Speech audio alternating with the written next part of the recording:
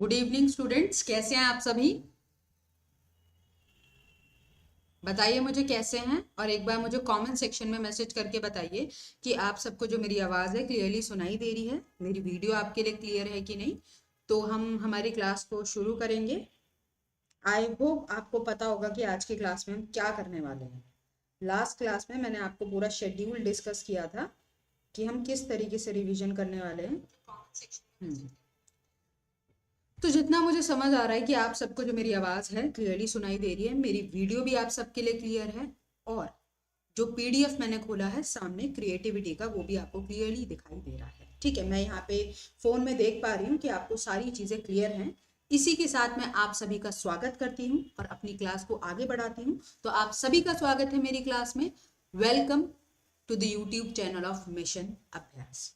Hopefully आप सब अच्छे होंगे, तबीयत आपकी ठीक होगी, मेरी तबीयत बिल्कुल ठीक है। और हम क्लास को शुरू करते हैं। लास्ट क्लास में ही मैंने आपको बताया था कि हम नेक्स्ट क्लास, मतलब जो आज की क्लास है, उसमें जो हमारी क्रिएटिविटी की थेरीज हैं उनको समझेंगे। जितनी भी इंपॉर्टेंट थेरीज हमारी क्रिएटिविटी में हैं या जो विजडम में है, ठीक है, आज हमारा फोकस वो होगा। फिर हम फर्दर थर्ड क्लास में जो ज़रूरी चीज़ें हैं या बची हुई चीज़ें प्रॉब्लम सॉल्विंग को हम डिस्कस करें। ठीक है, ओके, समझ आ रहा है आज की क्लास में क्या करने वाले हैं। ये क्लास जो है यूनिट, यहाँ मैं हाँ बता देती हूँ, यूनिट 6 का रिवीजन चल रहा है, जिसमें मैं आज जो क्रिएटिविटी है उसकी थ्योरीज डिस्कस करने वाली हूँ। ठीक है, तो जितनी भी इंपॉर्टेंट थ्योरीज होंगी रिलेटेड टू क्रिएटिविटी, ठीक है, उनको हम डिस्कस करने वाले। ठीक है, तो आगे बढ़ते हैं। ठीक है, हम क्लास को शुरू करते हैं। ठीक है, तो आज का टॉपिक क्लियरली हमारा क्रिएटिविटी होने वाला। ठीक है, चलो। तो क्रिएटिविटी को समझने से पहले, मतलब इनकी थ्योरीज पे आने से पहले, ये जो कॉन्सेप्ट है उसको समझना बहुत जरूरी है कि एग्जैक्टली क्रिएटिविटी होता क्या और किन किन इंपॉर्टेंट लोगों ने अपनी थ्योरीज यहाँ पे दी है। जैसे गिलफोर्ड की थ्योरी है, जैसे स्टर्नबर्ग की थ्योरी है, जैसे मेल रॉड्स की थ्योरी है, ठीक है, ग्राहम वॉलेस की थ्योरी। तो सबकी थ्योरीज एक एक करके हम समझने की कोशिश करेंगे कि क्रिएटिविटी को किस तरीके से समझाते हैं। ठीक है, तो यहाँ पे क्रिएटिविटी की डेफिनेशन देखी जाए तो generally define as a ability, ये आपकी एबिलिटी है या काबिलियत है टू प्रोड्यूस आइडियाज, कि आप कितने आइडियाज प्रोड्यूस कर पा रहे हैं, कितने सॉल्यूशंस आप जनरेट कर पा रहे हैं, और कितने नए सॉल्यूशंस हैं।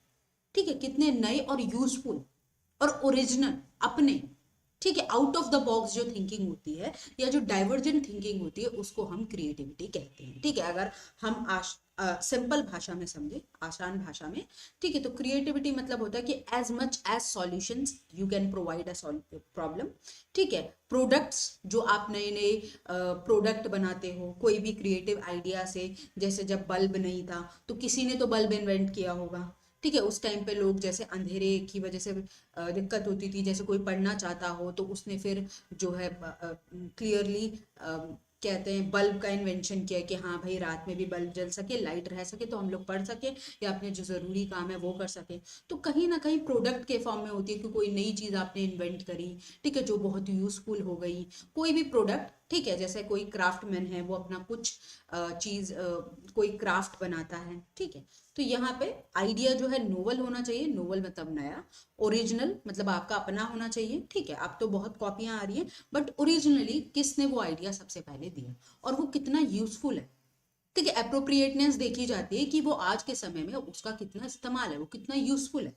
ठीक है, कितना वो हमारे काम आ रहा है किसी भी प्रॉब्लम को सॉल्व करने के लिए। तो क्लियरली यहाँ पे डाइवर्जेंट थिंकिंग होती है, प्रॉब्लम सॉल्विंग। ठीक है, कहीं पे कोई परेशानी होती है, कोई प्रॉब्लम होती है, तो वहां पे लोग नए नए सॉल्यूशंस लेके आते हैं, कुछ creative ideas, out of the box thinking करते हैं, जिससे क्लियरली वो अपने आसपास की जो प्रॉब्लम है उनको सॉल्व या रिजॉल्व कर सके। जैसे आपने शार्क टैंक देखा होगा, शार्क टैंक में जब एंटरप्रेन्योर्स आ रहे थे तो कितने क्रिएटिव आइडियाज लेके आ रहे थे, देखा था। कुछ लोग तो सिर्फ आइडियाज ही लेकर आ रहे थे क्योंकि उनके पास उतना बजट नहीं था, फाइनेंशियली वो इतने स्ट्रांग नहीं थे, तो वो अपने आइडियाज प्रेजेंट कर रहे थे, जिसमें शार्क्स जो थे वो इन्वेंट कर रहे थे, जब उन इन्वेस्ट कर रहे थे, सॉरी, इन्वेस्ट कर रहे थे जब उनको आइडिया बहुत अच्छा लग रहा था, ये क्रिएटिव लग रहा था, या उनको लग रहा था कि ये बहुत ज़्यादा यूजफुल होने वाला है। ठीक है, तो यहाँ पे क्या है, गिलफोर्ड की बात करें तो वो क्रिएटिविटी को कैसे डिफाइन करते हैं, गिलफोर्ड ने clearly creativity is a type of divergent thinking. तो गिलफोर्ड के हिसाब से क्रिएटिविटी एक डाइवर्जेंट थिंकिंग है जहां हम बहुत सारे जो आइडियाज हैं उनको प्रोड्यूस करते हैं। फ्लेक्सिबिलिटी की बात करते हैं, फ्लेक्सिबिलिटी मतलब एक आइडिया कैसे दूसरे आइडिया से अलग है। ओरिजिनलिटी की बात करते हैं कि जो आइडिया है वो ओरिजिनल होना चाहिए। और एलेबोरेशन मतलब हर आइडिया में अपनी एक डिटेल होनी चाहिए। तो ये जो हमारे प्रोसेस क्रिएटिविटी के प्रोसेस जो हैं वो क्लियरली गिलफोर्ड ने ऐड किए। ठीक है, तो इनको समझना आपके लिए बहुत ज़रूरी है, इनमें अंतर करना, क्योंकि ये एग्जाम में पूछे जाते हैं। आपने देखा है बहुत बार जो हमारा Torrance test, Torrance test of creativity, वो कहीं ना कहीं जो गिलफोर्ड की थ्योरी है उसी से बना है। तो आपका इन्हें समझना बहुत जरूरी है। तो जब भी हम फ्लुएंसी की बात करते हैं, फ्लुएंसी का मतलब होता है कि नंबर ऑफ आइडियाज, कितने नंबर ऑफ आइडियाज आप प्रोड्यूस कर पा रहे हैं। ठीक है, 10 कर पा रहे हैं, 20 कर पा रहे हैं, 15 कर पा रहे हैं, कितने आइडियाज आप जनरेट कर पा रहे हैं। फिर आपकी फ्लेक्सिबिलिटी। अब फ्लेक्सिबिलिटी क्लियरली कहती है कि एक आइडिया दूसरे आइडिया से कैसे अलग है, how one idea differ from another idea. जैसे मैंने आपसे बोला कि जैसे कोई कप है, उस कप को आप कप के तरीके से ना और अलग अलग तरीके से कैसे यूज कर सकते हैं। मतलब कप का एक जो कन्वेंशनल यूज है कि हम उससे चाय पीते हैं या कॉफी पीते हैं, तो इसके अलावा आप कप को और किस किस तरीके से यूज कर सकते हैं। तो कुछ कोई कहेगा कि मैम उसमें पेंसिल रखने के लिए, ठीक है, मतलब जो स्टेशनरी है वो रखने के लिए। कोई कहेगा कि ma'am as a flower pot लगाने के लिए, ठीक है, डेकोरेशन के लिए, या पेपर होल्डर की तरह यूज कर सकते हैं। तो फ्लुएंसी होती है नंबर ऑफ आइडियाज, कितने नंबर ऑफ आइडियाज आप ला रहे हैं। कि आप एक ही आइडिया पर आप बहुत सारे आइडिया लाए हो पर सारे एक ही तरीके के हैं। क्या बोल रहे हो मैम, पेन रखने के लिए, पेंसिल रखने के लिए, रबड़ रखने के लिए, स्केचेस रखने के लिए, कलर्स रखने के लिए, तो बहुत सारे आइडियाज हैं पर एक ही तरीके के हैं। तो यहाँ वेराइटी नहीं है, variety in the sense flexibility नहीं है, एक आइडिया दूसरे से यहाँ पे अलग नहीं है। तो फ्लेक्सिबिलिटी क्लियरली क्या कहता है कि हाउ योर वन आइडिया, एक आइडिया दूसरे से कितना अलग है। ठीक है, जब हम कहते हैं कि शिफ्टिंग द पर्सपेक्टिव, ठीक है, वैरायटी की जब हम बात करते हैं कि जैसे एक आइडिया में आपने बोला कि मैम स्टेशनरी रखने के लिए, एक में आपने बोला ma'am as a pen, as a paper holder use कर सकते हैं, और या फिर हम डेकोरेशन के लिए यूज कर सकते हैं, या इसमें पौधा लगा सकते हैं। ठीक है, तो अलग अलग चीजें आपने बता दी। ठीक है, तो ये फ्लेक्सिबिलिटी होता है कि कितने आपका एक आइडिया दूसरे आइडिया से कितना अलग है, कितनी वेराइटी। ठीक है, फिर यहाँ पे ओरिजिनलिटी की बात की जाती है। ओरिजिनलिटी की बात करें तो आपका आइडिया कितना ओरिजिनल है, मतलब आपका अपना है। सबसे पहले जब कोई इंसान किसी चीज को इन्वेंट करता है तो वो ओरिजिनल होता है ना, कि सबसे पहले जिसने फोन बनाया होगा तो सबसे पहला फोन उसका अपना आइडिया होगा, उसको देख के और लोगों ने कॉपी किया होगा। या सबसे पहले जिसने बल्ब या लाइट बनाई होगी तो फिर उसको देख के और लोगों ने दूसरी चीजें बनाई होंगी। तो ओरिजिनल किसका, अपना आइडिया किसका है। ठीक है, फिर एलेबोरेशन। एलेबोरेशन क्लियरली क्या कहती है, डिटेल, आपके आइडिया में कितनी डिटेलिंग है। तो ये डिटेल्स की बात करती है। ठीक है, ओन आइडिया, हमारा आइडिया। ठीक है, तो डिटेल की एक आइडिया आपने ऐसे ही दे दिया कि मैम ये करेंगे। एक आइडिया में आपने पूरी प्रॉपर डिटेल दी मुझे कि मैम हम लोग जाएंगे, जाने के बाद लोगों को काउंसलिंग प्रोवाइड करेंगे, और काउंसलिंग के दौरान फिर देखेंगे अभी भी उनमें वो प्रॉब्लम है कि नहीं। तो जहाँ आप प्रॉपर डिटेलिंग देते हो कि कैसे आप किसी चीज़ को करने वाले हो या कैसे आप नहीं करने वाले, तो वहाँ पे जो एलेबोरेशन है वो आ जाती है। तो ये गिलफोर्ड की थ्योरी है। ठीक है, क्लियरली आगे भी हम देखेंगे। टॉरेंस टेस्ट ऑफ क्रिएटिविटी जो है गिलफोर्ड की थ्योरी पे ही बना। ठीक है, तो यहाँ पे हमारे जो चिक्स-सेन-मिहाई हैं, ठीक है, इनका भी कॉन्सेप्ट आपने पढ़ा होगा। इन्होंने फ्लो की थ्योरी दी है। ठीक है, इन्होंने फ्लो पे क्लियरली थ्योरी दी है। तो मिहाई, चिक्स-सेन-मिहाई, इन्होंने क्रिएटिविटी की भी थ्योरी दी है। ठीक है, सिस्टम अप्रोच टू क्रिएटिविटी, जहाँ ये तीन चीजों की बात करते हैं।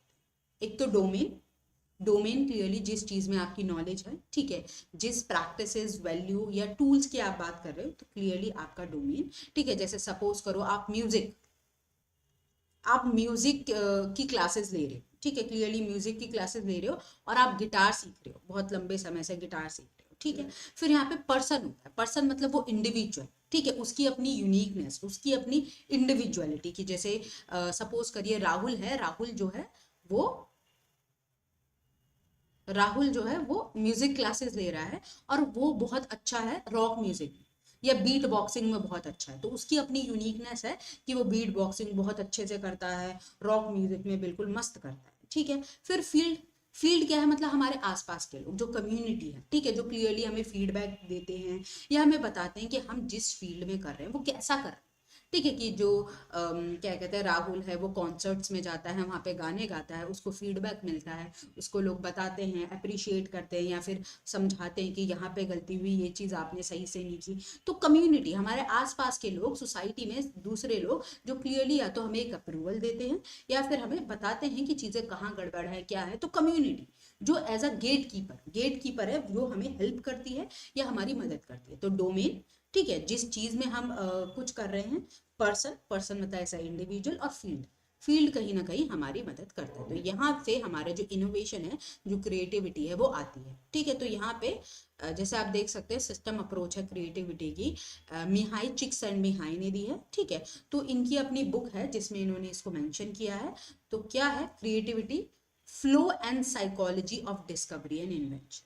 ठीक है, flow and psychology of discovery and invention. तो इनकी बुक है ये, जिसमें इन्होंने क्लियरली इस चीज को मेंशन किया है। 3 इंटरडिपेंडेंट कंपोनेंट की बात करिए जो हमने अभी भी देखे, डोमेन, फील्ड एंड इंडिविजुअल। तो डोमेन क्या, existing body of symbolic knowledge, जो भी आप सीखना चाह रहे हो with in the cultural context. ठीक है, कल्चरल कॉन्टेक्स्ट में क्लियरली आप क्या सीखना चाहते हो, किस चीज में आपको क्रिएटिविटी दिखानी है। मैथ्स में कुछ लोग अच्छे होते हैं, कुछ लोग आर्ट्स में अच्छे होते हैं, कुछ लोग म्यूजिक में, कुछ लोग लिटरेचर में। तो सबका अपना अपना डोमेन होता है जिसमें वो अच्छे होते हैं। तो वहां पे पहले तो हम रूल्स एंड रेगुलेशन सीखते हैं, क्लियरली क्या थेरीज है, क्या कॉन्सेप्ट है, फिर उसमें उसमें क्या करते हैं, अपनी क्रिएटिविटी को दिखाते हैं। तो फील्ड क्या है, जो हमारे आसपास के लोग हैं, सोशल ग्रुप या गेट कीपर, जो हमें एडवाइस करते हैं। टीचर्स है, जैसे एडिटर्स हैं, क्रिटिक्स हैं, जो हमें बताते हैं हम कैसा कर रहे हैं, कैसा नहीं कर रहे, एवेल्युएट करते हैं। ठीक है, हमारा आइडिया कितना अच्छा है, कितना वर्थफुल है, वो हमको क्लियरली फीडबैक के थ्रू बताते हैं। ठीक है, फिर इंडिविजुअल की अपनी यूनिकनेस है, उसकी अपनी एबिलिटी, पर्सनैलिटी, मोटिवेशन, कि वो किस तरीके से उस आइडिया को प्रेजेंट कर रहा है, समझ रहा है या लोगों को दर्शा रहा है। ठीक है, तो इस तरीके से यहाँ पे क्रिएटिविटी को समझा है। तो आप समझेंगे, ठीक है, क्रिएटिविटी जो है ये not merely an internal process, सिर्फ ये इंटरनल प्रोसेस नहीं है, बट यहाँ पे हमारी कम्युनिटी, ठीक है, सोसाइटी, कल्चर, इनका भी एक इंटरेक्शन होता है। ये भी बहुत जरूरी है हमारे क्रिएटिव आइडिया में। अगर आस पास कम्युनिटी में कोई हमें फीडबैक ना दे, बताए ना कहाँ गड़बड़ है, कहाँ नहीं है, कैसे इंप्रूव कर सकते हो, तो आप चीज़ें कैसे बेहतर करो। ठीक है, तो कहीं ना कहीं यहाँ पे दूसरे लोग भी हमारी चीज़ों में इन्वॉल्व होते हैं। ठीक है, हमारे क्रिएटिव आइडिया में जो हमारा इन्वायरमेंट है या जो हमारी इन्वायरमेंटल फोर्सेस है, वो भी एक तरीके से अपना प्रेशर डालती हैं, जिससे हम क्रिएटिव आइडियाज जनरेट करते हैं। ठीक है, जैसे हेनरी मुरे का आप देखोगे। ठीक है, अब यहाँ पे इन्होंने 5 स्टेप्स भी बताए चिक्स एंड मिहाई ने। तो क्या क्या 5 स्टेप्स हैं, अब ये आपने ग्राहम वॉलेस की थ्योरी में भी देखे होंगे, बट यहाँ पे थोड़ा अलग तरीके से। तो प्रिपरेशन की बात की जाती है, वो भी प्रिपरेशन की बात करते हैं। इंक्यूबेशन, ठीक है, इंक्यूबेशन के बाद इंसाइट, इंसाइट के बाद एवेल्युएशन, एवेल्युएशन के बाद एलेबोरेशन। ठीक है, तो थोड़ा सा माइनर डिफरेंस है जो आपको याद रखना है, क्योंकि कभी कभी आपसे चिक्स एंड मिहाई की थ्योरी पूछी जा सकती है और आप उसे ग्राहम वॉलेस से कंफ्यूज करके अगर गड़बड़ करेंगे तो ये आपके लिए बड़ी प्रॉब्लमेटिक बात हो जाएगी। तो आपको पता होना चाहिए क्या डिफरेंस है। तो preparation, incubation, insight, evaluation and elaboration. ठीक है, तो ये हमारे जो चिक्स एंड मिहाई है उसकी उनकी स्टेजेस। ठीक है, तो प्रिपरेशन में आप अपने आप को प्रिपेयर करते हो। ठीक है, जो प्रॉब्लम है उससे रिलेटेड जो इन्फॉर्मेशन है उसको सीख करते हो। इंक्यूबेशन मतलब जहां आप क्लियरली आइडियाज जो है वो स्टक हो जाते हैं। इंसाइट मतलब आहा मोमेंट, जहां आपको सडनली जो इंसाइट है वो मिलती है। एवेल्युएशन क्लियरली आइडिया को एवेल्युएट करते हैं। एलेबोरेशन मतलब फाइनल, उसमें जो डिटेलिंग है वो ऐड करते हैं। तो ये हमारे चिक्स एंड मिहाई की थ्योरी है, ये आप पढ़ लीजिए स्टेजेस। फिर हम ग्राहम वॉलेस की अगर पढ़ेंगे तो वो आप फिर डिफरेंशिएट कर पाए। ठीक है, अब 4P मॉडल है क्रिएटिविटी का। अब ये जो 4P मॉडल है ये किसने दिया है, क्लियरली हमारे जो मेल रॉड हैं उन्होंने दिया है। तो 4P model of creativity given by Mel rods.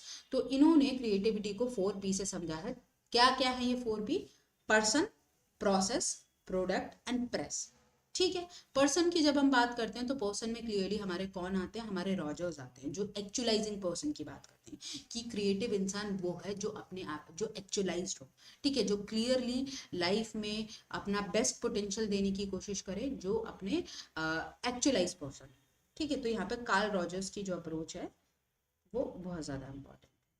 ठीक है, फिर यहाँ पे भी आप आगे बढ़ेंगे तो आप क्लियरली देख सकते हैं कि पर्सन में उन्होंने क्रिएटिव पर्सन की बात की, ठीक है। तो क्रिएटिव पर्सन कौन सा पर्सन है, जो क्लियरली, जिसकी पर्सनैलिटी ट्रेड्स कुछ ऐसी है, इंटेलिजेंस है, ठीक है, मोटिवेशन है, कॉग्निटिव स्टाइल है, ठीक है, जो ओपन माइंडेडली सोचता है, क्यूरियस है, इमेजिनेटिव है, और वो अपने बेस्ट पोटेंशियल को रियलाइज कर पाता है और वो रिस्क लेता है, ठीक है। वो क्लियरली इंट्रिंसिकली मोटिवेटेड है और वो रिस्क लेना चाहता है। तो यहाँ पे हमारे क्लियरली कौन आते हैं, कार्ल रॉजर्स आते हैं पर्सन अप्रोच में, ठीक है, जो एक्चुअलाइजिंग पर्सन की बात करते हैं, ठीक है। फिर यहाँ पे प्रोसेस की बात करें तो क्रिएटिविटी की प्रोसेस जो है वो गिलफोर्ड ने दी हैं, तो यहाँ पे गिलफोर्ड की अप्रोच देखी जाती है, ठीक है। फिर प्रोसेस की बात करें तो हमारे ग्राहम वॉलेस हैं, इन्होंने भी दिया है, ठीक है, ठीक है। तो यहाँ पे क्रिएटिविटी में कौन कौन से प्रोसेस, जो मेंटल प्रोसेसेस हैं, वो इन्वॉल्व होते हैं, ठीक है। तो गिलफोर्ड ने, अभी आपने देखा, फ्लुएंसी, फ्लेक्सिबिलिटी, ओरिजिनलिटी, ठीक है, एलेबोरेशन की बात करी है, ठीक है। गिलफोर्ड के बाद आपके ग्राहम वॉलेस हैं, वो भी क्लियरली प्रिपरेशन, इंक्यूबेशन, इल्यूमिनेशन और आपकी वेरिफिकेशन की बात करते हैं। तो हमारे जो प्रोसेसेस इन्वॉल्व होते हैं इन अ क्रिएटिविटी, क्रिएटिव आइडियाज को जनरेट करने में, तो उन कॉग्निटिव प्रोसेसेस या जो मेंटल एक्टिविटीज है उन्हें हम प्रोसेस अप्रोच कहते हैं, ठीक है। फिर यहाँ पे अगर हम बात करें प्रोडक्ट, प्रोडक्ट मतलब क्या आप प्रोड्यूस कर रहे हैं, व्हाट इज योर प्रोडक्ट, कि जैसे कोई इंसान है, ठीक है, उसने कुछ कोई ऑब्जेक्ट क्रिएट किया, कोई पीस ऑफ आर्ट क्रिएट किया, ठीक है, कोई भी उसने नई इन्वेंशन करी, कोई नई जैसे कोई नया सॉफ्टवेयर लॉन्च कर देना, ठीक है, कोई नई मशीन ले आना, ठीक है, जो बहुत ज़्यादा ही हेल्पफुल हो, ठीक है। तो ये जैसे फार्मिंग के लिए कुछ अच्छी मशीन्स लेकर आना, तो ये भी एक अच्छे अच्छे इनोवेशंस होते हैं जो क्लियरली कि आप कोई एक नया अच्छा प्रोडक्ट आप लॉन्च करें जो बहुत बेनिफिशियल है और बिल्कुल नया है, ठीक है, और आपका ओरिजिनल। तो प्रोडक्ट की बात जब हम करते हैं तो यहाँ पे क्लियरली कौन आते हैं, स्टर्नबर्ग, जो हमारी स्टर्नबर्ग है, ठीक है, उनकी थ्योरी आती है, उनकी थ्योरी को भी हम देखेंगे, ठीक है। स्टर्नबर्ग की थ्योरी है, और हमारे जो प्रोडक्ट की बात करते हैं तो यहाँ पे क्लियरली हमारे जो स्टर्नबर्ग है वो आते हैं। अगर हम प्रेस की बात करें, प्रेस मतलब कुछ इन्वायरमेंटल फोर्सेस होते हैं, कुछ इन्वायरमेंट हम पे कुछ ऐसी प्रॉब्लम्स डालता है, ठीक है, जिससे हमें जिस प्रॉब्लम को सॉल्व करने के दौरान हम क्रिएटिव आइडिया जनरेट करते हैं, ठीक है। जैसे आपने देखा है कहीं कहीं जो है लाइट नहीं होती, तो लाइट नहीं होती तो लोग कैसे सरवाइव करते हैं, ठीक है, कैसे नेचुरल रेफ्रिजरेटर बनाते हैं, या ऐसे लाइट सोर्सेज जनरेट करते हैं जहाँ पे इलेक्ट्रिसिटी का यूज ना हो, कि सोलर पैनल का इस्तेमाल किया जाता है। तो वहाँ पे प्रेस मतलब इन्वायरमेंट कहीं ना कहीं अपना प्रभाव डाल रहा है, इन्वायरमेंट का इन्फ्लुएंस है, जिस वजह से हम एक क्रिएटिव आइडियाज लेकर आ रहे हैं, ठीक है। कि जहाँ पे अगर अच्छी रिसोर्सेज ना हो, कुछ रिसोर्सेज की कमी हो, तो उस वजह से लोग बहुत क्रिएटिव आइडियाज लेके आते हैं। कि जैसे कुछ लोगों ने था बनाया था कि जो वेस्ट मटेरियल, जो जितना भी प्लास्टिक है उसको यूज करके रोड़े बनाना, ठीक है, रोड्स में यूज करना, या फिर जितना भी वेस्टेज हो रहा है उस वेस्ट को यूज करके रिसाइकल करके कुछ ऐसा प्रोडक्टिव बनाना, ठीक है, जो कहीं ना कहीं उनको हेल्प करे, ठीक है। तो यहाँ पे इसे इन्वायरमेंटल इन्फ्लुएंस कहते हैं, कि कैसे इन्वायरमेंट जो है अपनी अपनी फोर्सेस हम पे डालता है, और उस वजह से हम इनकरेज होते हैं और एक क्रिएटिव आइडियाज को हम जनरेट करते हैं, ठीक है। कि जहाँ पे किसी चीज की कमी होती है तो लोग वहां पे क्रिएटिव आइडियाज के साथ आते हैं, ठीक है। तो यहाँ पे इन्वायरमेंट में ये हेनरी मुरे, ठीक है, हेनरी मुरे हैं, उन्होंने एक्सप्लेन किया।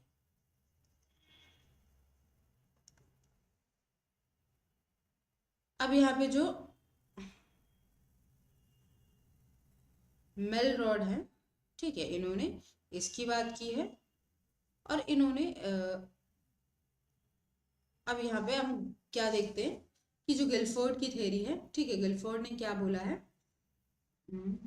तो गिलफोर्ड ने वही जो हमने अभी डिस्कस किया, फ्लुएंसी, फ्लेक्सिबिलिटी, ओरिजिनलिटी, एलेबोरेशन, जिस पे जो टोरेंस का जो टेस्ट है वो भी बना है, ठीक है। तो ये हम ऑलरेडी डिस्कस कर चुके हैं, ठीक है। टोरेंस का जो टेस्ट है इसमें क्लियरली हमारे दो दो तरीके से टेस्ट होते हैं, ठीक है।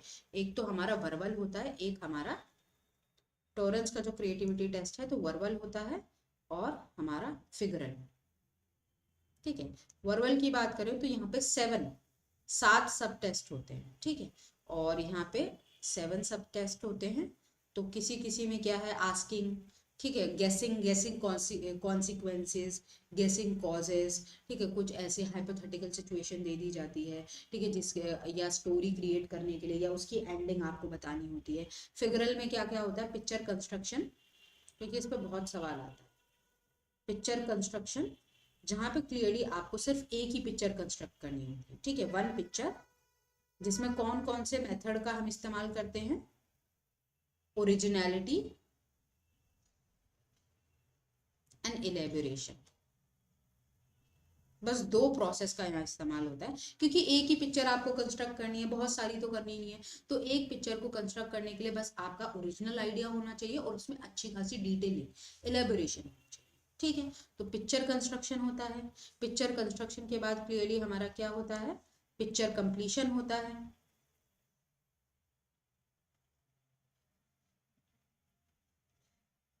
ठीक है, पिक्चर कंप्लीशन में फिर यहाँ क्या होता है, यहाँ क्लियरली हमारे जो सारे प्रोसेसेस यूज होते हैं, ठीक है, फ्लुएंसी भी होती है, फ्लेक्सिबिलिटी भी होती है,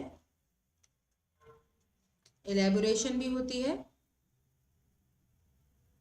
ओरिजिनलिटी भी होती है, ठीक है। क्यों, क्योंकि यहाँ पे आपको बहुत सारी पिक्चर्स बनानी है, एक नहीं मेनी पिक्चर्स आपको कंप्लीट करनी होती है, ठीक है। तो पिक्चर कंप्लीशन में आपके पास बहुत सारी पिक्चर होती है, मेनी, ठीक है। तो इस वजह से यहाँ पे आप क्या यूज करते हो, सारे प्रोसेसेस का इस्तेमाल करते हो। वर्बल की बात करें तो यहाँ पे सिर्फ 3 प्रोसेसेस की जरूरत होती है, एक तो fluency, flexibility and originality. Elaboration की जरूरत नहीं होती, क्योंकि आपको एक दो वर्ड में ही आंसर देना होता है, आपको इन डिटेल में इलेबोरेट नहीं करना, ठीक है। और यहाँ पे पैरेलल वो भी होता है, ठीक है, पैरेलल फॉर्म करके। तो ये आप देख सकते हो क्लियरली 7 वर्बल टेस्ट होते हैं, जैसे आस्किंग, गेसिंग कॉजेस, गेसिंग कॉन्सिक्वेंस, प्रोडक्ट इंप्रूवमेंट, कैसे प्रोडक्ट को और इम्प्रूव कर सकते हो, किसी भी चीज़ के अनयूजुअल यूजेस बताओ, सपोज करो, अनयूजुअल क्वेश्चंस बताओ। तो ऐसे 7 टेस्ट हैं, ठीक है। तो यहाँ पे 3 प्रोसेसेस का इस्तेमाल होता है, जैसे बताया मैंने, फ्लुएंसी, फ्लेक्सिबिलिटी और ओरिजिनलिटी। यहाँ पे एलेबोरेशन का यूज नहीं होता, ठीक है। फिर अगर हम बात करें फिगरल, फिगरल में हमारे 3 होते हैं, picture construction, picture completion, parallel lines. Picture construction में 2 प्रोसेस होते हैं, ओरिजिनलिटी, इलेबोरेशन। और पिक्चर कंप्लीशन में कितने होते हैं, क्लियरली हमारे सारे प्रोसेसेस इस्तेमाल होते हैं और पैरेलल लाइन होता है, ठीक है। तो ये हमारा टेस्ट है। तो आप देख सकते हो पिक्चर कंप्लीशन में आपको कोई भी शेप दे दी जाती है जिसको आपको कंप्लीट करना है। तो आपको जैसे सर्कल दिया है तो सर्कल का आप सूरज बना रहे हो, घड़ी बना रहे हो, स्माइली फेस बना रहे हो, बीटल बना रहे हो, बल्ब बना रहे हो, बर्गर बना रहे हो, टोर्नेडो बना रहे हो, बटन बना रहे हो। तो बहुत सारी पिक्चर, तो बहुत सारे आइडियाज हैं। फ्लेक्सिबल एक आइडिया दूसरे से अलग भी है, ठीक है। यहाँ पे क्लियरली डिटेलिंग भी की है एक एक आइडिया में। और ओरिजिनल, ठीक है, आपका अपना ओरिजिनल आइडिया, ठीक है। पिक्चर कंस्ट्रक्शन में क्या, एक ही पिक्चर आपको कंस्ट्रक्ट करनी है। तो एक पिक्चर कंस्ट्रक्ट करने के लिए आपकी एक तो ओरिजिनल होनी चाहिए, मतलब अपनी, और एलेबोरेशन मतलब जो डिटेल्स है उन पे आप ध्यान दें, ठीक है। अब यहाँ पे हम देखते हैं इन्वेस्टमेंट थ्योरी ऑफ क्रिएटिविटी। जो इन्वेस्टमेंट थ्योरी है क्रिएटिविटी की, इसे कॉन्फ्लुएंस थ्योरी ऑफ क्रिएटिविटी भी कहते हैं। क्या क्या क्या नाम है, इन्वेस्टमेंट थ्योरी ऑफ क्रिएटिविटी। ये जो स्टर्नबर्ग है, रॉबर्ट स्टर्नबर्ग और हमारे जो लोबार्ट हैं, इन्होंने मिलके दी है, ठीक है। तो कॉन्फ्लुएंस अप्रोच ऑफ क्रिएटिविटी है या इन्वेस्टमेंट थ्योरी ऑफ क्रिएटिविटी। तो यहाँ पे क्लियरली क्या कहा जाता है कि यहाँ पे ये बोला जाता है कि क्रिएटिव इंसान वो है जो चीजों को बहुत लो प्राइसेस में खरीदे और उनको हाई प्राइस में सेल करे। तो इन्वेस्टमेंट की बात यहाँ पे की जाती है कि इन्वेस्टमेंट ऐसी ना हो कि कोई महंगी चीज आपने खरीदी फिर आप उसे महंगा बेच रहे हो, क्या पॉइंट। इससे अच्छा आप ऐसे आइडिया में इन्वेस्ट करो जिसमें कोई भी इन्वेस्ट नहीं कर रहा, ठीक है। दूसरे लोग इन्वेस्ट नहीं कर रहे, आप इन्वेस्ट करो और बहुत सस्ते में उस चीज को खरीदो और बहुत महंगे में उसे बेचो। तो buying low and generate idea that is unusual, बिल्कुल अनयूजुअल हो, नया हो, इनिशियली अंडर वैल्यू, मतलब सोसाइटी उसको इतना ज्यादा वैल्यू ना करे, इतना इंपॉर्टेंट ना समझे। बट जब कुछ सालों बाद आप देखेंगे तो वो आइडिया क्लियरली बहुत ज्यादा ही क्या कहते हैं, अच्छे लेवल का होगा, ठीक है। आपकी गेन्स जो है वो बढ़ जाएंगे, आप उसे बहुत महंगे महंगे प्राइसेस में, जैसे लोग होते हैं ना जमीन ले लेते हैं, ठीक है, जमीन ले लेते हैं, सस्ती सी ले लेते हैं, उस टाइम पे उसकी कोई वैल्यू नहीं होती। पर वहां जैसे ही इंडस्ट्रियलाइजेशन हो जाता है, बिल्डिंग बनने लगती है, मेट्रो बनने लगती है, तो उसी जमीन की बहुत वैल्यू हो जाती है और लोग उस छोटे से टुकड़े को, जमीन के टुकड़े को जो उन्होंने बहुत सस्ते में लिया था, उसे बहुत महंगे में बेचते हैं। तो इसी चीज को हम जो क्रिएटिविटी की थ्योरी है वो कहते हैं कि इन्वेस्टमेंट, यहाँ पे क्लियरली हम एक आइडिया में इन्वेस्ट करते हैं, ठीक है, इस वजह से इसे कॉन्फ्लुएंस अप्रोच भी कहा जाता है। तो क्रिएटिविटी में उन्होंने और चीजें भी बोली कि जो क्लियरली फाइनेंशियल इन्वेस्टमेंट है, जैसे स्टॉक्स वगैरह में इन्वेस्ट कर रहे हैं, तो पहली बात तो हमें वो पाथवे नहीं लेना जो सब फॉलो कर, हमें लोगों से कुछ अलग करना है, समथिंग अनयूजुअल, ठीक है, जो इनिशियली अंडर वैल्यूड लगे बट आफ्टरवर्ड्स कहीं ना कहीं उसकी वैल्यू बहुत अच्छी है, और नोवल आइडिया हो, अनकन्वेंशनल हो, ठीक है। हाँ, ऑल दो आपको लोग आपको क्रिटिसाइज करेंगे, आपको बोलेंगे कि क्या कर रहा है, मत कर, बट आपको वहां रिस्क लेना है, आपको अपने पे भरोसा रखना है, और आपका वो आइडिया फिर आगे जाके बहुत बेहतर बनेगा। तो इन्होंने इन्वेस्टमेंट थ्योरी में कुछ ऐसी स्किल्स भी बताई, ठीक है, वो स्किल्स भी होनी चाहिए। क्रिएटिव आइडियाज को जनरेट करने के लिए एक लेवल की इंटेलिजेंस होनी चाहिए। हम ये नहीं कहते कि बहुत सुपीरियर, बट लो इंटेलिजेंस भी काम नहीं करें, क्योंकि क्रिएटिव आइडियाज को जनरेट करने के लिए ही आपके पास एवरेज लेवल ऑफ इंटेलिजेंस तो होनी चाहिए, क्योंकि creative ideas low level of intelligence से तो नहीं आएंगे। तो एक अमाउंट ऑफ इंटेलिजेंस जरूरी है for creating a novel idea, ठीक है। फिर आपकी नॉलेज होनी चाहिए, जिस भी फील्ड में आप क्रिएटिविटी दिखाना चाह रहे हैं उस फील्ड में आपकी एक्सपर्टीज हो, आप उस फील्ड में बहुत बेहतर हो, बहुत अच्छे हो। आपका थिंकिंग स्टाइल एक होना चाहिए, थिंकिंग स्टाइल बिल्कुल अनकन्वेंशनल, मतलब आपको लोगों से बिल्कुल अलग हटके चलना है, और हटके में भी आप थोड़ा सा जो ट्रेडिशनल, जो पुराने वे होते हैं वो नहीं यूज करेंगे, आप नए नए तरीकों से चीजों को ट्राई करेंगे, आउट ऑफ द बॉक्स आपकी थिंकिंग होनी चाहिए। आप रिस्क, अगर आपको रिस्क भी लेना पड़ता है तो आप रिस्क लेंगे, और अनसर्टेनिटी या एम्बिग्विटी से आपको डरना नहीं, ठीक है। तो यहाँ पे इन्होंने इंटेलेक्चुअल एबिलिटी की बात करी कि एक लेवल ऑफ इंटेलिजेंस आपके पास होनी चाहिए, ठीक है। फिर ये नॉलेज की बात करते थे, नॉलेज के साथ साथ थिंकिंग स्टाइल आपका कैसा है, पर्सनैलिटी आपकी कैसी है, मोटिवेटेड है कि नहीं, इंट्रिंसिकली मोटिवेटेड होना आपका बहुत जरूरी है क्रिएटिव आइडियाज को जनरेट करने के लिए। और इन्वायरमेंट, आपका इन्वायरमेंट आपके आइडिया को कितना सपोर्ट कर रहा है, तो इन्वायरमेंट भी आपका इंपॉर्टेंट रोल प्ले करता है। तो ये इंपॉर्टेंट चीजें इन्होंने बताई, ठीक है, जो क्रिएटिव आइडियाज को जनरेट करने में हमारी क्लियरली हेल्प करता है, ठीक है, ओके, ठीक है। तो इंटेलिजेंस, नॉलेज, थिंकिंग स्टाइल, हमारी पर्सनैलिटी, हमारा मोटिवेशन एंड हमारा इन्वायरमेंट, ये बहुत इंपॉर्टेंट है एक क्रिएटिव आइडिया को जनरेट करने, ठीक है, okay, then we will proceed, आगे बढ़ेंगे, ठीक है, यही एक्सप्लेन किया है।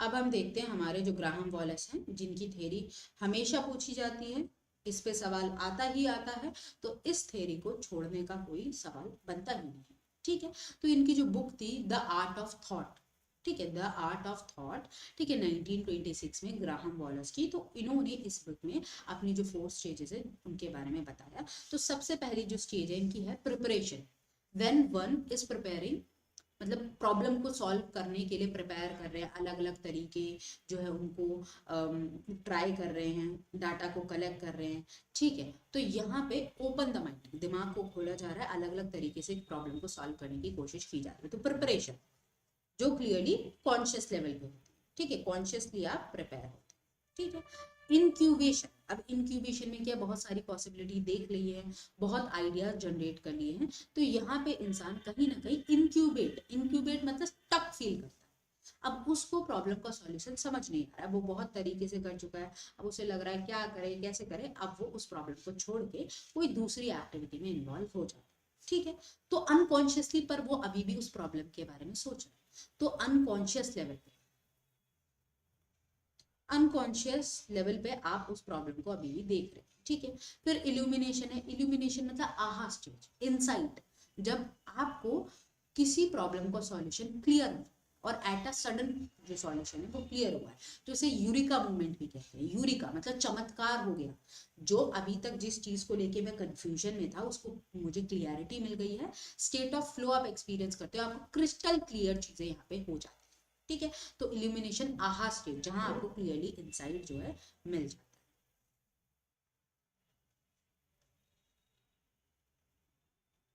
ठीक है। फिर वेरिफिकेशन, अब आपको जो आइडिया है वो तो ठीक है, बट वेरीफाई तो कर लो, देख तो लो आइडिया कितना ठीक है कितना ठीक नहीं है, क्या पता कुछ कमी हो, क्या पता उसको चेंज करने की जरूरत हो, ठीक है। वैसे तो ओरिजिनली ये 4 स्टेजेस है, बट कभी कभी ये यहाँ पे आपके लिए ओरिएंटेशन ऐड कर देता है, ठीक है।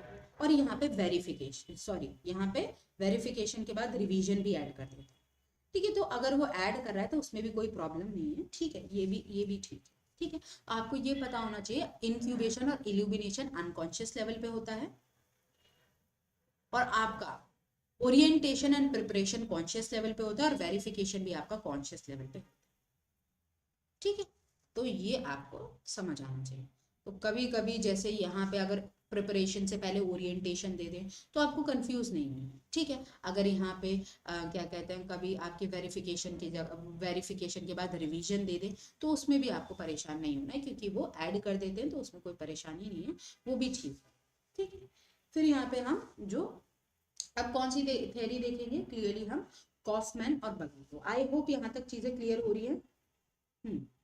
किसी भी प्रकार की कंफ्यूजन हो तो आप मुझे बता सकते हैं, ये बहुत ज़्यादा ज़रूरी थेरीज है, एग्जाम में ज़रूर पूछी जाएंगी, तो आपको पता होना चाहिए।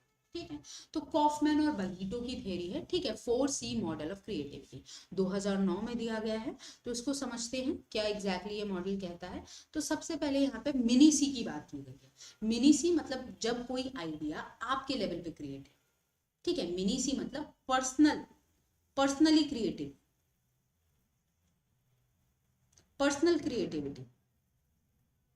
ठीक है, सपोज करो आप कोई जो म्यूजिक है, गाना गाते हो। ठीक है, आपको गाना गाना अच्छा लगता है, आप वॉशरूम में जब भी जाते हो तो गुनगुनाते हो, रास्ते में भी जब जाते हो तो गुनगुनाते हो, वापस कॉलेज से आते हो तो गुनगुनाते हो। तो आपको अपना गाना अच्छा लगता है, आपको गाना गाना भी अच्छा लगता है, और आप जब अपनी आवाज सुनते हो तो भी आपको अच्छा लगता है। आपको लगता है कि हाँ, ये मेरे लिए मीनिंगफुल है, ये मेरे लिए इंपॉर्टेंट है, मुझे तो पसंद आता है मेरा गाना।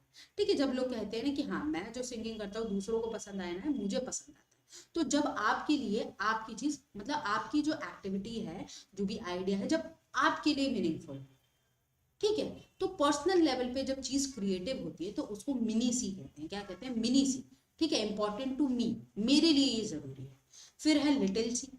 अब लिटिल सी में क्या है, आपके अलावा जो आसपास के लोग हैं वो भी पसंद करते हैं आपके गाने को। ठीक है, पेरेंट्स भी आपकी तारीफ करते हैं, फ्रेंड्स भी बोलते हैं यार तुम तो बहुत अच्छा गाते हो, टीचर्स भी आपको अप्रिशिएट करती है। तो एवरीडे क्रिएटिव, मतलब आसपास के जो लोग हैं वो भी आपको अप्रिशिएट कर रहे हैं, वो भी क्लियरली कह रहे हैं कि बहुत अच्छा गा रहे हो, बहुत अच्छा कर रहे हो, तुम बहुत अच्छा। ठीक है, तो लिटिल सी क्या है, एवरीडे क्रिएटिविटी, के आसपास के जो लोग हैं, जैसे टीचर्स हैं, ठीक है, जैसे फ्रेंड्स हैं, जैसे हमारे क्या कहते हैं पड़ोसी हैं, नेबर्स हैं, क्लियरली वो भी अप्रिशिएट करें कि बहुत अच्छा गाना गाता है, बच्चे की तुम्हारी बहुत अच्छी आवाज है। ठीक है, फिर प्रोसी। अब प्रोसी मतलब आप प्रोफेशनल लेवल पे आ गए।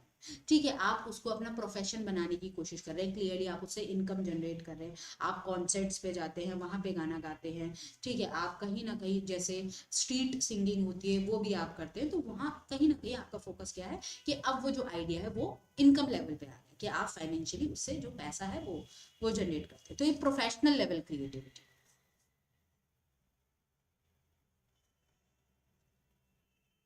ठीक है, फिर यहाँ पे बिग सी। अब बिग सी में क्या, एमिनेंट, जब आप किसी फील्ड में एमिनेंट हो जाए, मतलब एमिनेंट मतलब होता है कि उस फील्ड को कहीं ना कहीं आपके नाम से जाना जाए, या आपकी मृत्यु के बाद भी आपको उस चीज के लिए जाना चाहिए। ठीक है, जैसे अगर हम बात करते हैं कि लता मंगेशकर, क्लियरली म्यूजिक की बात करते हैं तो उनको ही जाना जाता है। ठीक है, कि जैसे अरिजीत सिंह, ठीक है, क्लियरली ऐसे सिंगर्स हैं जो बहुत अच्छे लेवल के हैं।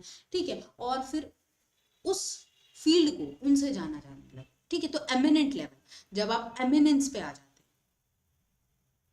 ठीक है, तो एमिनेंस लेवल पे आते हैं जब आप एक्सेप्शनल, बिल्कुल कहते हैं ना कि आप एक्सेप्शनल इम्पैक्ट दिखाते हैं कल्चर लेवल पे, सोसाइटी लेवल पे, सोसाइटी में बदलाव आता है, कल्चर में बदलाव आ जाता है, जो दुनिया फिर उस चीज को आपसे जानने लगती है। आफ्टर योर दैट डेथ, आपकी डेथ के बाद भी, सॉरी, आफ्टर योर डेथ, आपकी डेथ डेथ के बाद भी उस चीज को समझा जाता है। 2 सेकेंड।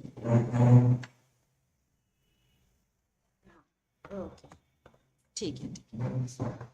तो आज जैसे मैंने बोला, आपकी डेथ के बाद भी उस चीज को मतलब आपको उसी चीज से पहचाना जाए।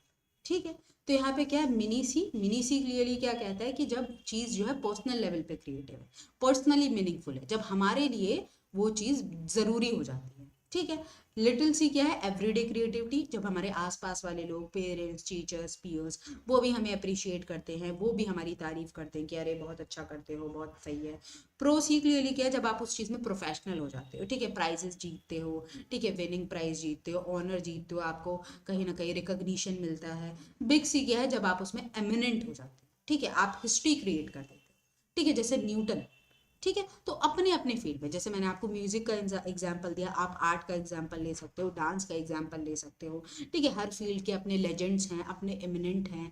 ठीक है, उस फील्ड को उन लोगों से जाना जाता है। तो क्लियरली यहाँ पे इस तरीके से समझा गया। ठीक है, अब हम क्रिएटिविटी की हाइपोथेसिस को समझेंगे। तो जो क्रिएटिविटी की हाइपोथेसिस है बेटा, ठीक है, हाँ ठीक है, तो क्रिएटिविटी की हाइपोथेसिस की अगर मैं बात करूं तो थ्रेशोल्ड हाइपोथेसिस है, जो ओरिजिनली हमारे जो गिलफोर्ड हैं इन्होंने दी है। तो यहाँ पे ये क्या कहते हैं कि जो क्रिएटिविटी है, ठीक है, जैसे इन्होंने किया, इन्होंने देखा कि जो क्रिएटिविटी और इंटेलिजेंस है उसमें किस तरीके का रिलेशन। तो अप टू सर्टेन लेवल, जैसे अब यहाँ देखो 100 से 115 इंटेलिजेंस लेवल तक, मतलब अगर आपका इतना आईक्यू है, ठीक है, तब तक तो क्रिएटिविटी और इंटेलिजेंस का रिलेशन है, पॉजिटिव पॉजिटिव कोरिलेशन है। बट इसके बाद afterward there is no correlation. तो अप टू सर्टेन लेवल,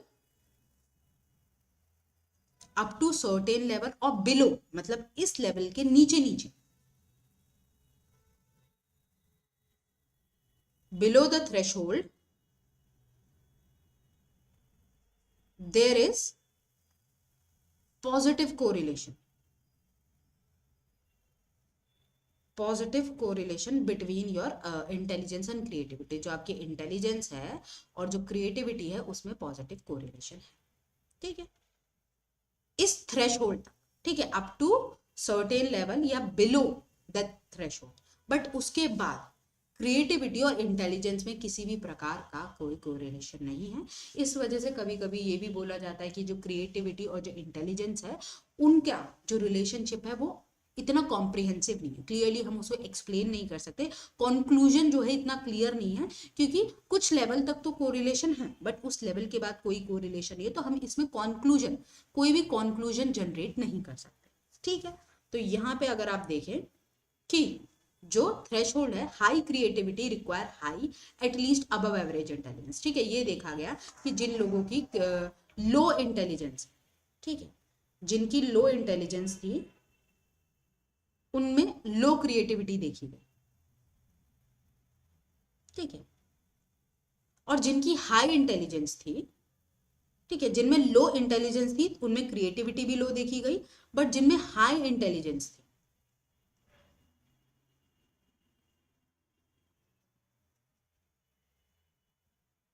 तो वो क्रिएटिविटी दिखा भी सकते हैं और नहीं भी दिखा सकते।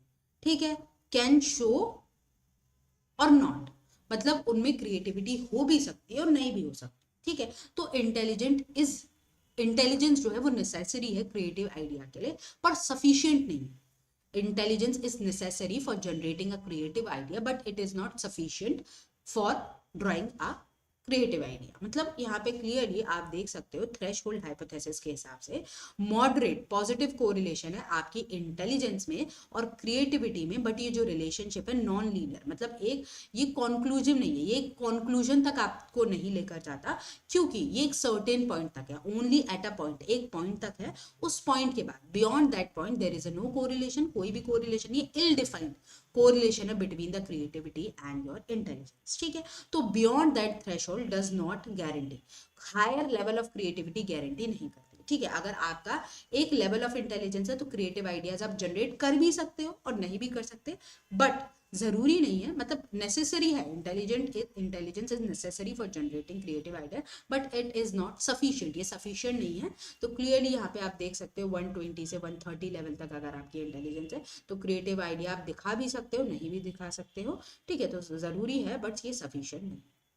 ठीक है, फिर यहाँ पे आपका क्या है, ठीक है, लो क्रिएटिविटी क्या शो करती थी, लो इंटेलिजेंस को, कि जो लोग क्लियरली लो इंटेलिजेंस स्कोर में वो लो क्रिएटिविटी दिखाएंगे, और high intelligence score could have range of creativity, तो वहां क्रिएटिविटी हो भी सकती है, नहीं भी हो सकती। ठीक है, तो दोनों पॉसिबिलिटी यहाँ पे है। अब यहाँ पे जो गेटजेल है और जैक्सन है, इन्होंने क्या स्टडी की थी इनको भी समझते हैं। ठीक है, इनका जो कॉन्सेप्ट था वो भी बहुत जरूरी था। तो गेटजेल और जैक्सन क्लियरली क्या कहते हैं, इन्होंने पहले एकेडमिक्स को देखा। ठीक है, एकेडमिक के साथ जो क्रिएटिविटी है और जो इंटेलिजेंस है, उसका अच्छा खासा कोरिलेशन है, बट आपस में क्रिएटिविटी और इंटेलिजेंस में आपस में कोरिलेशन कहीं ना कहीं लो था। ठीक है, 0.03 कोरिलेशन था यहाँ पे आपकी क्रिएटिविटी इंटेलिजेंस में, वेरी लो। ठीक है, लो कोरिलेशन बिटवीन योर,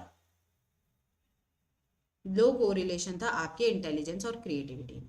क्यों था? एकेडमिक्स के साथ तो दोनों का पॉजिटिव कोरिलेशन है, फिर ऐसा क्यों कि इंटेलिजेंस और जो क्रिएटिविटी है उसमें आपस में कोरिलेशन नहीं है?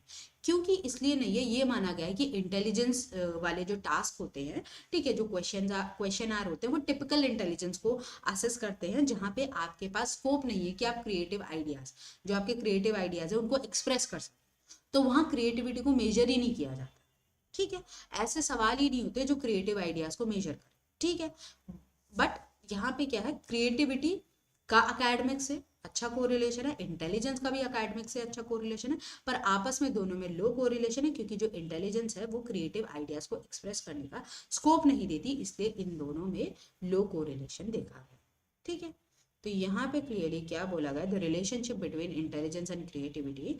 ठीक है, क्या है, this propose that creativity involve not only the ability to generate novel ideas but ability to generate ideas into meaningful effective solution। ठीक है, बट यहाँ पे high intelligence provide necessary foundation for problem solving, ये sufficient नहीं है। यहाँ पे clearly high intelligence बोला है, ये नेसेसरी है बट ये सफिशिएंट नहीं है। और यहाँ पे क्लियरली यही बताया गया है कि जो इंटेलिजेंस और जो क्रिएटिविटी है उसमें लो कोरिलेशन। ठीक है, बहुत लो कोरिलेशन। ठीक है,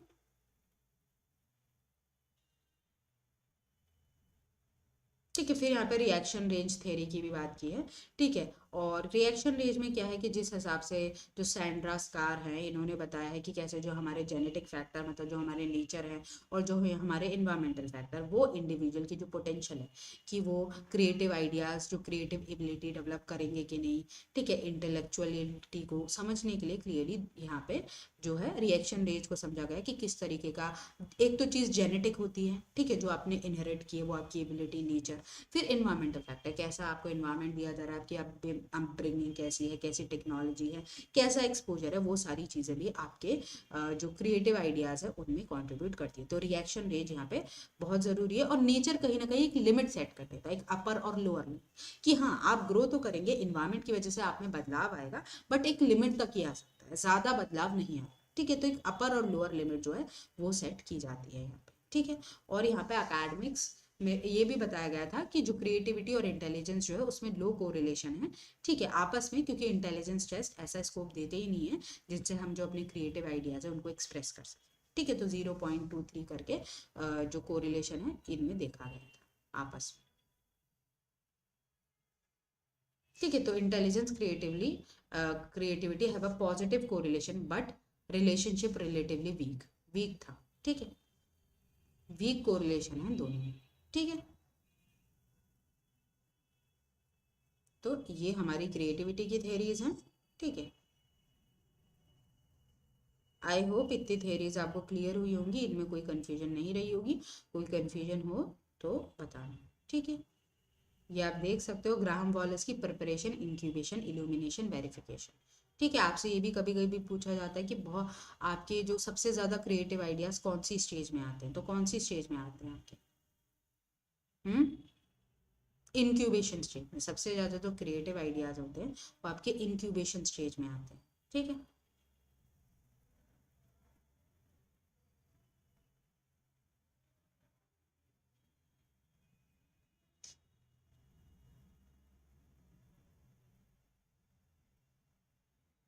हम्म, और गिलफोर्ड की अगर हम थ्योरी देखते हैं, ठीक है, हम्म,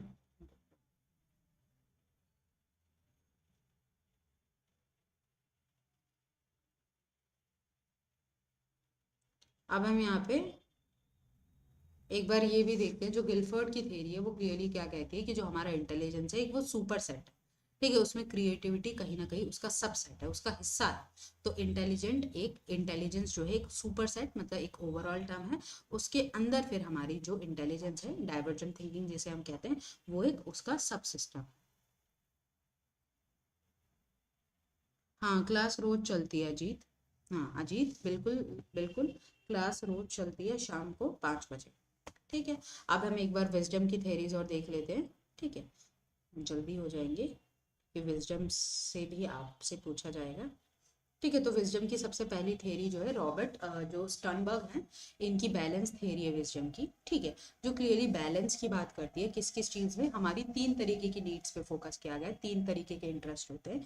एक तो इंट्रापर्सनल, इंटरपर्सनल और एक्स्ट्रा पर्सनल। ठीक है, तो इंट्रापर्सनल क्लियरली क्या है, जब अपने ऊपर हम फोकस करते हैं, हमारी जो नीड्स हैं, हमारे जो गोल्स हैं। ठीक है, इंडिविजुअल जब अपनी नीड्स और गोल्स की बात करता है तो वहां पे क्लियरली इंट्रापर्सनल आ जाता है। इंट्रा मतलब अपना, अपने गोल्स, अपनी नीड्स को फुलफिल करना। ठीक है, फिर इंटरपर्सनल क्लियरली क्या कहता है, इंटरपर्सनल कहता है कि जब हम दूसरों के वेलफेयर के बारे में सोचते हैं, दूसरों की नीड की परवाह करते हैं, जैसे हमारी फैमिली, जैसे हमारे फ्रेंड, जैसे हमारे मम्मी पापा, हमें लगता है कि हम मेहनत करें, पढ़ाई करें, अच्छे लेवल पे पहुंच जाए, तो हमारे जो मम्मी पापा चाहते हैं कि घर में बेटा ये ज़रूरत का सामान आ जाए, वो ज़रूरत का सामान आ जाए, तो क्लियरली हम उनकी नीड्स को फुलफिल करें। पहले तो अपनी, कि मैं कमाने लगूँ तो पहले मैं अपनी ज़रूरत की चीज़ लाऊं, कि मुझे जो भी चीज़ मेरे लिए ज़रूरी लगती है, कि मेरे पास ये होना चाहिए, या ये चीज़ मेरे लिए ज़रूरी है, जो भी ज़रूरत वाली चीज़ है। फिर इंटरपर्सनल लेवल पे जो फैमिली कह रही है कि घर में बेटा इस चीज़ की ज़रूरत होती है, एक वॉशिंग मशीन ले आओ, दिक्कत होती है, या कोई हीटर ले आओ। ठीक है, कोई भी चीज़ जैसे घर वाले बोल रहे हैं तो उनकी नीड्स को फुलफिल करना। एक्स्ट्रा पर्सनल क्या होता है, जब हम सोसाइटी लेवल पे सोचते हैं, जब हम दूसरों की परवाह करते हैं, दूसरों के बारे में सोचते हैं, तो लार्ज सिस्टम पे। ठीक है, तो जैसे इंस्टीट्यूशन की बात की जाती है, कम्युनिटी लेवल पे चीज़ों को देखा जाता है, इन्वायरमेंट को और सोसाइटी को जब एज अ होल समझा जाता है। एक तो एक्स्ट्रा पर्सनल, तो इनमें एक बैलेंस होना चाहिए। ठीक है, क्लियरली विजडम क्या है, ज्ञान वाला आदमी, विजडम मतलब है ज्ञान। ठीक है, तो ज्ञान की बात वही करता है जो सब में बैलेंस चाहते हैं, जो सिर्फ अपने बारे में या अपने आसपास लोगों के बारे में नहीं, वो लॉन्ग टर्म सोचे।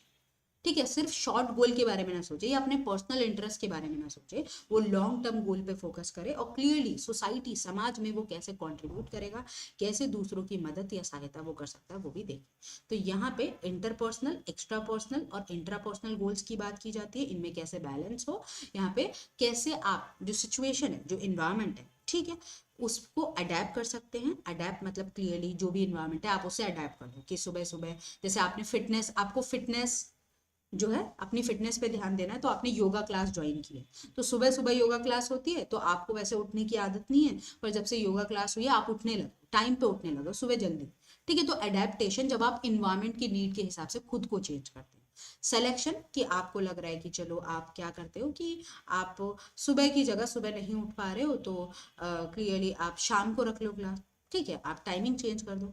फिर आप वो नहीं कर पा रहे हो, टाइम जैसे नहीं चेंज हो सकता, सुबह ही क्लास होगी, तो शेपिंग, आप नया इन्वायरमेंट सेलेक्ट कर लो, दूसरी क्लास देख लो जहाँ पे शाम को भी क्लास होती हो। तो अडेप्टेशन, या तो आप खुद को अडेप्ट करेंगे या आप अपने हिसाब से क्लियरली जो चीज़ों में चेंज लाएंगे, और अगर नहीं हो पाता तो अपने हिसाब से नया इन्वायरमेंट आप चुन लेंगे। ठीक है, फिर यहाँ पे लॉन्ग टर्म और शॉर्ट टर्म गोल की बात की जाती है। हाँ हाँ, तो लॉन्ग टर्म और शॉर्ट टर्म गोल की बात की जाती है। तो अडेप्टेशन में क्या, क्लियरली एडजस्ट, जब आप अपने आप को एडजस्ट करते हैं टू द एनवायरमेंट। शेपिंग में क्या है, आप चेंज करते हैं इन्वायरमेंट को अपनी नीड के हिसाब से, कि आपने क्लास का टाइम चेंज कर दिया, चलो शाम को जाएंगे, सुबह नहीं उठ पाते। सिलेक्शन में क्या है कि अगर आप वो भी नहीं हो पा रहा है तो आप अपने हिसाब से इन्वायरमेंट को चेंज कर दो, नया इन्वायरमेंट देखो, नई क्लासेस देखो। ठीक है, तो यहाँ पे क्या है, शॉर्ट टर्म और जो लॉन्ग टर्म कॉन्सिक्वेंसेज हैं वो देखे जाते हैं, कि सिर्फ आप ऐसा ना हो कि अपनी ही नीड्स को फुलफिल कर रहे हो, आपको बड़े लेवल पे देखना। ठीक है, सोसाइटी में आप कैसे कंट्रीब्यूट कर रहे हो, तो लॉन्ग टर्म इम्पैक्ट होना चाहिए जो क्लियरली सोसाइटी के वेलफेयर या फिर जो इन्वायरमेंट है, एक्स्ट्रा पर्सनल चीज़ें, उन पर भी फोकस करें। तो यहाँ पे हमारी प्रैक्टिकलिटी, हम इन्वायरमेंट को कैसे हैंडल करते हैं, हमारे एथिक्स, हम अपने अलावा दूसरों की भी परवाह करते हैं, उनके बारे में सोचते हैं, कितने हम नॉलेज को अप्लाई करके जो है लोगों की मदद करते हैं। ठीक है, फिर पॉल बेल्ट्स हैं, इनकी थ्योरी है विजडम की। अब इन्होंने 3 चीज़ों पे फोकस किया, ये क्लियरली फैक्चुअल नॉलेज की बात करते हैं, कि लाइफ में आपकी फैक्चुअल नॉलेज होनी चाहिए, आपको चीज़ों को लेके जानकारी होनी चाहिए। क्या जानकारी, कि आप सच्चाई को समझ सके, जो रियलिटी है, ह्यूमन नेचर खुद को समझ सकें, आपको अपनी लिमिटेशंस, अपनी स्ट्रेंथ पता होनी चाहिए, और आपको पता होना चाहिए कि लाइफ जो है उसमें सक्सेस और फेलियर लगी रहती है। ऐसा नहीं है कि आप फेल हो गए तो कभी आप लाइफ में बेहतर नहीं कर सकते, नहीं, वो भी एक पार्ट, जो फेलियर है वो भी लाइफ का एक पार्ट है। प्रोसीजरल नॉलेज कि किसी भी चीज को करने की आपको प्रोसेस पता होनी चाहिए, कैसे उस चीज को करना है, हाउ टू डू समथिंग, ठीक है। उसको जो किसी भी चीज को सॉल्व करने का जो हाउ टू डू होता है, ठीक है, कि जैसे कोई प्रॉब्लम सॉल्व करनी है तो उसका तरीका क्या है, डिसीजंस लेने हैं या फिर एग्जाम के लिए तैयारी करनी है तो कैसे प्रिपेयर करें, ठीक है।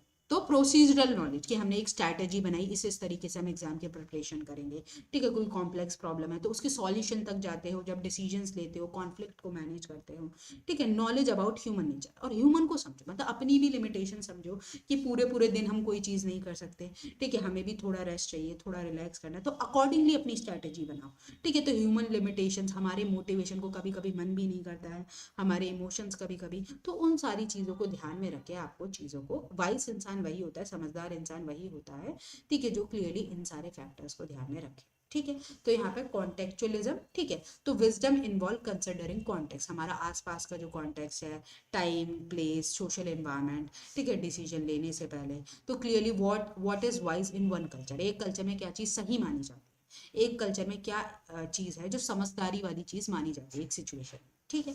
रिलेटिविज्म ऑफ वैल्यूज कि एक इंसान की वैल्यूज अलग होती है इन कंपैरिजन टू दूसरों के, ठीक है, मेरी वैल्यूज अलग होंगी, आपकी अपनी वैल्यूज अलग होंगी, ठीक है।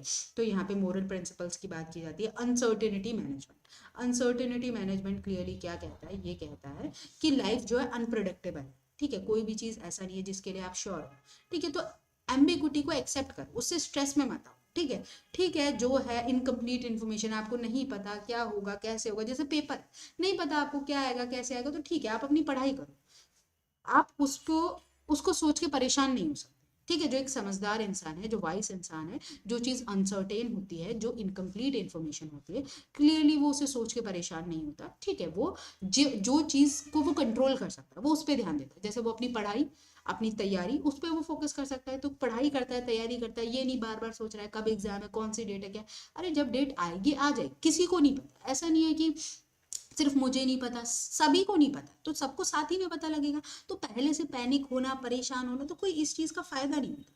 तो इससे बेहतर है कि आप पढ़ाई पे ध्यान दो, ठीक है, जो चीज़ ज़रूरी है वो करो, फालतू की चीज़ों में क्यों पढ़ना, ठीक है। जब डेट आ जाएगी तो सबको पता लग जाएगी, बहुत बच्चे पैनिक करते हैं, ठीक है। मोनिका, अब ये जो है मोनिका एल्डल्ट, इनकी 3 डायमेंशन थेरी है विजडम की, ठीक है। तो मोनिका एल्डल्ट की थेरी को हम देखते हैं, इन्होंने 3 डायमेंशंस में क्लियरली कॉग्निटिव डायमेंशन की बात की है, रिफ्लेक्टिव डायमेंशन की बात की है, और कंपैशनेट डायमेंशन की बात की है। तो क्या क्या है कॉग्निटिव डायमेंशन में, क्या कॉग्निटिव डायमेंशन में क्या है, एबिलिटी टू परसीव रियलिटी, जो रियलिटी है उसको आप जब परसीव करते हो, किस तरीके से आप समझते हो, तो अंडरस्टैंडिंग द ट्रुथ, जो ट्रुथ है, जो सच्चाई है, जो लाइफ के ट्रुथ को जब आप समझने की कोशिश करते हो, तो नॉलेज एंड एक्सेप्टेंस, क्लियरली पहली बात तो आपको अपनी जानकारी होनी चाहिए, एक वाइस या समझदार इंसान वही है जिसको अपनी जानकारी हो, सेल्फ अवेयरनेस हो, उसको पता हो कि मैं किस चीज़ में अच्छा हूँ, किस चीज़ में अच्छा नहीं हूँ, क्या चीज़ें मैं बेहतर करता हूँ, मेरी क्या स्किल्स बेहतर है, तो पॉजिटिव और नेगेटिव, अपनी कमियाँ और अपनी स्ट्रेंथ सब पता हो, ठीक है। The inherent limit of knowledge कि मुझे पता है इस लेवल तक मैं कर लूंगा, इतना मेरा है, लाइफ की अनप्रेडिक्टेबिलिटी और अनसर्टेनिटी को भी वो समझे, ठीक है, कि यहाँ पे परेशान होने से कोई फायदा नहीं है, जो होगा हो जाएगा, एक्सेप्टेंस डेवलप करें, ठीक है। तो कॉग्निटिव डायमेंशन होता है, उसके साथ साथ क्या है रिफ्लेक्टिव डायमेंशन। अब रिफ्लेक्टिव डायमेंशन क्या है कि जब आप रिफ्लेक्ट करते हो चीज़ों को, ठीक है, perception of phenomena and event from multiple perspective, अलग अलग तरीके से किसी चीज़ों को देख के समझने की कोशिश करते हो, तो यहाँ पे सेल्फ एग्जामिनेशन, खुद को एग्जामिन करते हो, अवेयरनेस क्रिएट करते हो, और इनसाइट, किसी भी चीज़ को अलग अलग तरीके से या डिफरेंट पर्सपेक्टिव को कंसिडर किया जाता है, चीज़ों को रिफ्लेक्ट किया जाता है कि कैसे हम चीज़ें कर सकते हैं, कैसे नहीं कर सकते, ठीक है। तो यहाँ पे रिफ्लेक्टिव, तो रिक्वायर सेल्फ एग्जामिनेशन, खुद को एग्जामिन करेंगे, सेल्फ अवेयरनेस क्रिएट करेंगे, एंड योर सेल्फ इनसाइट। तो रिफ्लेक्टिव डायमेंशन आपको पता होनी चाहिए कि चीज़ों को आप दूसरों के पॉइंट ऑफ व्यू से भी समझें, ठीक है। Compassionate dimension, compassionate dimension clearly क्या है, sympathetic and compassion, love for all and motivation to elevating suffering, ठीक है। क्लियरली दूसरों के टूवर्ड्स, दूसरों की परवाह करना, सिंपैथाइज करना, उनके टूवर्ड्स सिंपैथी दिखाना, कंपैशनेट होना, ठीक है। मोटिवेटेड रहना कि जो सफरिंग है उसको कैसे हम एलिवेट कर सकते हैं, खत्म कर सकते हैं, ठीक है। रिफ्लेक्टिव को आप ऐसे भी समझ सकते हो, जैसे रिसर्च स्कॉलर्स हैं, पीएचडी स्कॉलर्स हैं, वो क्या करते हैं, वो अपना जब टॉपिक प्रेजेंट करते हैं या अपनी जो थीसिस जो उनकी सबमिट करते हैं, ठीक है, तो वो प्रेजेंटेशन के दौरान वो दूसरे लोग जो देख रहे हैं वहाँ ऑडियंस, क्लियरली उनकी पर्सपेक्टिव को भी देख रहे हैं, ठीक है, उनका भी फीडबैक ले रहे हैं, तो जो वो फीडबैक दे रहे हैं उसके बेसिस पे वो चीज़ों को फिर क्लियरली चीज़ों को फिर से एनालाइज करते हैं, देखते हैं कि क्या कमी है, कहाँ कमी है, कैसे इंप्रूव कर सकते हैं। ठीक है, तो यहाँ पे रिफ्लेक्टिव डायमेंशन की खुद को देखना कि कहाँ क्या प्रॉब्लम है। कंपैशनेट, जहाँ पे लोगों की परवाह करना, लोगों के बारे में सोचना। ठीक है, तो यही मॉडल है, इसको आप ध्यान से देख लीजिए, इसका स्क्रीनशॉट ले लीजिए क्योंकि ये बहुत ज़रूरी है। तो कॉग्निटिव में जब क्रिटिकल थिंकिंग कर रहे हैं आप क्लियरली, ठीक है, चीज़ों को समझ रहे हैं, रियलिटी लाइफ की समझ रहे हैं। रिफ्लेक्टिव में सेल्फ एग्जामिनेशन, इंट्रोस्पेक्शन आप कर रहे हैं। ठीक है, पर्सपेक्टिव टेकिंग मतलब दूसरों के पॉइंट ऑफ व्यू को भी समझ रहे हैं, एम्पैथाइज कर रहे हैं, लोगों का जो अलग अलग पॉइंट ऑफ व्यू उसको समझ रहे हैं। फिर यहाँ पे कंपैशन, लोगों के टूवर्ड्स कंपैशन दिखाना, एम्पैथाइज करना, पॉजिटिव इमोशंस जो है वो लोगों के टूवर्ड्स दिखाना। ठीक है, प्रो सोशल बिहेवियर, लोगों की हेल्प करना, इमोशंस को रेगुलेट करने में मदद करना, अपने इमोशंस को रेगुलेट करना, उनको समझना। तो ये जो थ्योरी है वो हमारे मोनिका की है, तो ये थ्योरी पूछी जाती है।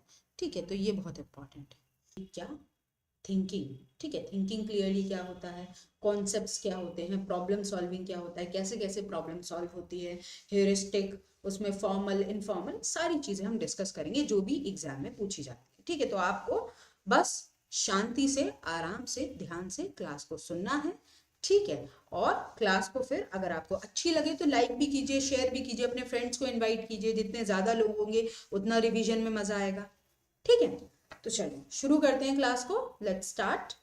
तो हाँ, थिंकिंग, अब थिंकिंग क्या है, व्हाट इज थिंकिंग। जब भी हम थिंकिंग की बात करते हैं तो थिंकिंग होता है हमारा मेंटल प्रोसेसिंग।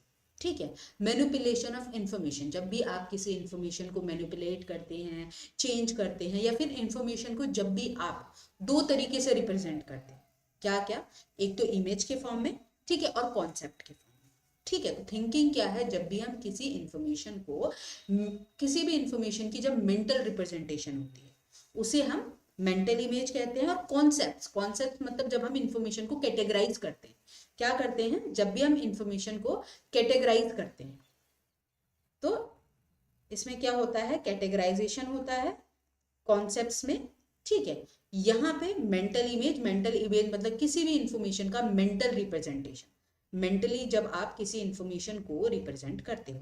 तो थिंकिंग में क्लियरली क्या होता है, mental processing and manipulation of a information, information को हम प्रोसेस करते हैं, मेंटली मैनिपुलेट करते हैं। दो कंपोनेंट में, दो इंपॉर्टेंट कंपोनेंट क्या क्या है, mental image and your concept. Concept मतलब इंफॉर्मेशन को कैटेगराइज करना, मेंटल इमेज मतलब किसी चीज की एक दिमाग में इमेज क्रिएट कर लेना, जैसे पेड़ की, बटरफ्लाई की। ठीक है, तो internal representation of an object, किसी भी ऑब्जेक्ट इवेंट की जब इंटरनल रिप्रेजेंटेशन हम क्रिएट करते हैं तो। ठीक है, अब यहाँ कॉन्सेप्ट, कॉन्सेप्ट क्या होते हैं, कॉन्सेप्ट की बात करें तो ये मेंटल कैटेगरीज होती है। क्या होती हैं, कैटेगरीज, जहां हम रिप्रेजेंट करते हैं ग्रुप ऑफ ऑब्जेक्ट। ठीक है, जब भी हम इंफॉर्मेशन को कैटेगराइज करते हैं। ठीक है, तो यहाँ पे क्लियरली हमारा किस तरीके से हम ऑब्जेक्ट को कैटेगराइज करते हैं, on the basis of their features. ठीक है, तो यहाँ पे क्या है, अब जैसे कॉन्सेप्ट है, कॉन्सेप्ट की बात करें तो इतना आपको समझ आना चाहिए कि जैसे बर्ड की बात करें, ठीक है, तो हम बर्ड के लिए क्या बोलेंगे, बर्ड कौन, किसको हम बर्ड मानेंगे, जो छोटी सी होती है, जिसके फेदर्स होते हैं, जो उड़ सकती है, जो एग ले करती है। ठीक है, तो क्लियरली हम इस तरीके से जो बर्ड है उसको कैटेगराइज कर रहे हैं और उसका एक कॉन्सेप्ट हमने हमारे दिमाग में बना रखा है। ठीक है, अब हम देखते हैं कॉन्सेप्ट किस किस तरीके के होते हैं। कॉन्सेप्ट की बात करें तो कॉन्सेप्ट हमारे दो तरीके के होते हैं। दो तरीके क्या क्या हैं हमारे, एक तो हमारे नेचुरल कॉन्सेप्ट होते हैं, एक होते हैं आर्टिफिशियल। ठीक है, आर्टिफिशियल क्लियरली हमारे फिक्स्ड होते हैं। ठीक है, इनमें कुछ रूल्स होते हैं, ये थोड़े रिजिड होते हैं और ये हम लर्न करते हैं। ठीक है, जो हमारा स्कूलिंग में जो चीज़ें लर्न की जाती हैं। ठीक है, यहाँ पे प्रॉपर रूल्स होते हैं, रेगुलेशन होते हैं जिनको फॉलो किया जाता है। ठीक है, जैसे अगर हम बोलते हैं कि ट्राइंगल्स की 3 साइड्स होती हैं, ठीक है, जब हम बोलते हैं स्क्वायर की 4 साइड्स होती हैं, तो क्लियरली वो हमारे आर्टिफिशियल कॉन्सेप्ट्स होते हैं। नेचुरल कॉन्सेप्ट्स की बात करूँ तो ये बिल्कुल फ्लेक्सिबल होते हैं। ठीक है, ये हमारे एक्सपीरियंसेस, जैसे जैसे हम इंटरैक्ट करते हैं इन्वायरमेंट के साथ, इंटरैक्ट विद द इन्वायरमेंट, तो ये क्रिएट होते हैं। ठीक है, जब भी हमारा इन्वायरमेंट के साथ इंटरेक्शन होता है तो स्पॉन्टेनियसली ये क्रिएट होने लगते हैं। जैसे कि अगर मैं बात करूं मदर को लेकर जो कॉन्सेप्ट है, लव को लेकर जो कॉन्सेप्ट है, और ये बहुत सब्जेक्टिव होते हैं, ये एक्सपीरियंसेस के थ्रू हम ड्राइव करते हैं। It is derived from experiences, जो हमारे एक्सपीरियंसेस होते हैं उनके बेसिस पे हम इन्हें ड्राइव करते हैं, और कहीं ना कहीं ये थोड़े से सब्जेक्टिव होते हैं। ठीक है, और ये ऑब्जेक्टिव होते हैं क्लियरली सबके लिए सेम। अब जैसे ट्राइंगल की जो 3 साइड है वो सबके लिए सेम है। ठीक है, तो अगर हम देखें यहाँ पे एक्सप्लेन भी किया होगा। ठीक है, तो types of concept, natural concept होते हैं क्लियरली जो हम एवरीडे एक्सपीरियंसेस के थ्रू क्या कहते हैं फॉर्म करते हैं। ये डिफाइंड नहीं होते, इनकी कोई स्ट्रिक्ट रूल्स नहीं होते, इनडायरेक्ट एक्सपीरियंसेस के थ्रू, ऑब्जर्वेशन के थ्रू, लर्निंग के थ्रू जो हम डेवलप करते हैं। ठीक है, आर्टिफिशियल कॉन्सेप्ट क्लियरली हमारे क्या होते हैं, वो कॉन्सेप्ट जो रूल बेस्ड होते हैं, जो फिक्स्ड होते हैं, डिफाइन होते हैं, इनके कुछ फिक्स्ड कैरेक्टरिस्टिक होते हैं। जैसे मैथ्स में हम देखते हैं, साइंस में देखते हैं, फिजिक्स में हम देखते हैं, जहाँ क्लियरली लॉजिक है। जैसे ट्राइंगल, ट्राइंगल मैंने क्लियरली बोला ट्राइंगल की 3 साइड्स, 3 एंगल्स। ठीक है, तो ये बिल्कुल कहते हैं ना कि ये कॉन्सेप्ट जो है बिल्कुल फिक्स्ड रहते हैं, तो इतना आपको पता होना चाहिए, ये आपसे पूछा जाएगा। ठीक है, अब हम देखते हैं कौन कौन से तरीके होते हैं जिन तरीकों से हम किसी भी प्रॉब्लम को सॉल्व करते हैं। ठीक है, तो ये देखो नेचुरल कॉन्सेप्ट और हमारे आर्टिफिशियल कॉन्सेप्ट। नेचुरल कॉन्सेप्ट आपकी जो visual image, emotions, non verbal memories, इसको इन्वॉल्व करते हैं, जैसे मदर का फेस। ठीक है, नेचुरल कॉन्सेप्ट आप प्रोटोटाइप को भी कह सकते हैं। ठीक है, प्रोटोटाइप आपके कहीं ना कहीं हम इससे भी कंपेयर कर सकते हैं नेचुरल कॉन्सेप्ट। ठीक है, फॉर्मल कॉन्सेप्ट्स क्लियरली हमारे जो आर्टिफिशियल कॉन्सेप्ट है उनकी तरह होते हैं, ये हम लर्न करते हैं। ठीक है, तो रूल्स होते हैं इनमें, कुछ डिफाइनिंग फीचर्स होते हैं, लॉजिकल होते हैं प्रॉपर। ठीक है, तो जैसे रेक्टेंगल है मैथ्स में कि रेक्टेंगल की इतनी साइड्स होती हैं। ठीक है, अब हम समझेंगे हमारे क्लियरली कंजंक्टिव कॉन्सेप्ट और डिसजंक्टिव कॉन्सेप्ट।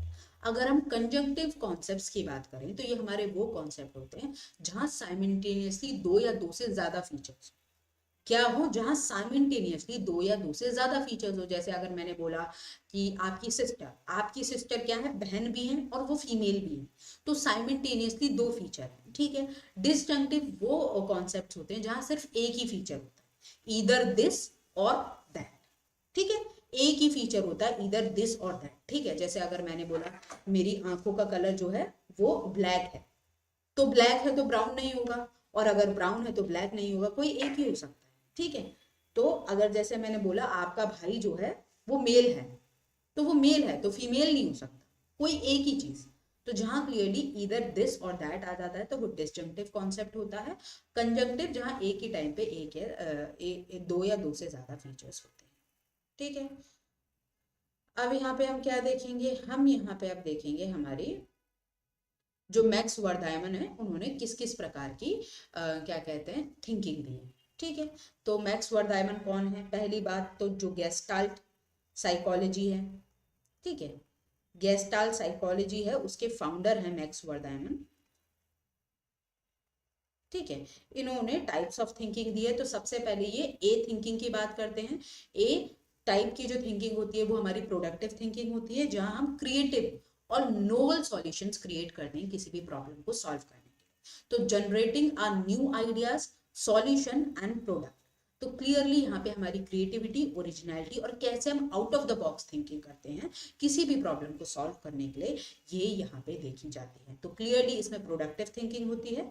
ठीक है, अगर हम बात करें हमारी टाइप बी थिंकिंग, जो टाइप बी थिंकिंग है वो हमारी रिप्रोडक्टिव होती है। रिप्रोडक्टिव मतलब क्लियरली जहां हम रूट लर्निंग करते हैं, जो हमने पढ़ा है वैसा ही हम उसको रिप्रोड्यूस कर देते हैं, जहां हम मेमोराइज करते हैं। ठीक है, तो reproductive thinking involve recalling existing knowledge. ठीक है, आपने देखा होगा बच्चे जो है एग्जाम के लिए पूरा एक रात पहले पूरा रटते हैं, अच्छे से पढ़ते हैं, मेमोराइज करते हैं, और अगले दिन एग्जाम में जाके सेम चीजें लिख देते हैं। तो उस चीज को हम टाइप बी थिंकिंग कहते हैं, जहां जिसे हम रिप्रोडक्टिव थिंकिंग भी कहते हैं। तो ये पार्शियली क्रिएटिव हो सकती है और पार्शियली नॉन क्रिएटिव भी हो सकती है। ठीक है, तो ये होती है। फिर हमारी होती है type Y thinking. Type Y thinking, अब टाइप वाई थिंकिंग में क्या कहते हैं, ये ट्रायल एंड एरर की बात करते हैं कि ट्रायल एंड एरर। ठीक है, तो type A, type B and type Y. ठीक है, अब यहाँ पे अब हम क्या समझेंगे, हम समझेंगे कि प्रॉब्लम जब भी हम सॉल्व करते हैं तो किस किस प्रकार से हम किसी प्रॉब्लम को सॉल्व करते हैं। ठीक है, तो यहाँ पे आते हैं।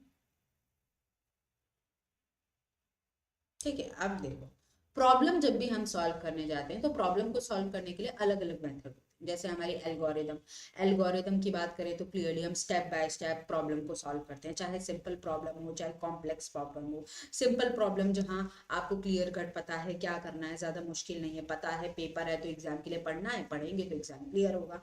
कॉम्प्लेक्स प्रॉब्लम जिनका कोई क्लियर कट सॉल्यूशन नहीं होता। ठीक है, जैसे अगर आप बोले कि अगर आप बोले पोवर्टी, ठीक है, अगर आप बोले क्या कहते हैं इनइक्वालिटी, तो कुछ ऐसी प्रॉब्लम होती है जो इल डिफाइंड होती हैं, जो कॉम्प्लेक्स होती हैं, जिनका सॉल्यूशन हमें क्लियर कट नहीं पता होता। ठीक है, तो यहाँ पे अगर हम बात करें एल्गोरिदम जो है, एल्गोरिदम का क्या मतलब है, ये एक मेथड है प्रॉब्लम को सॉल्व करने का। इसमें हम स्टेप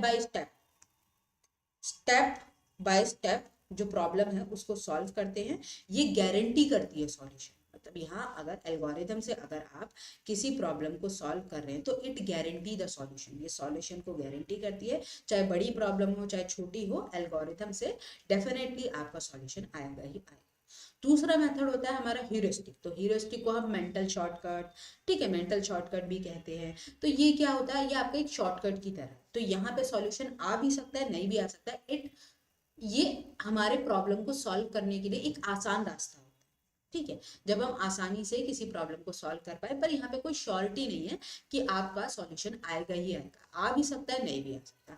ट्रायल एंड एरर क्या है, जब हम कोई इल डिफाइंड प्रॉब्लम होती है, जब हमें नहीं पता क्या करें, कैसे सॉल्व करेंगे, तो हम अलग अलग मेथड से ट्राई करते हैं और सडनली फिर हमारा जो सॉल्यूशन जब क्लियर होता है तो उसे हम इनसाइट लर्निंग कहते हैं। ठीक है, आपने जैसे पोलर की थ्योरी देखी होगी, वहां पे क्या था, ट्रायल एंड एरर, बार बार जो मंकी है वो ट्रायल एंड एरर कर रहा था, फिर सडनली उसको इंसाइट मिली।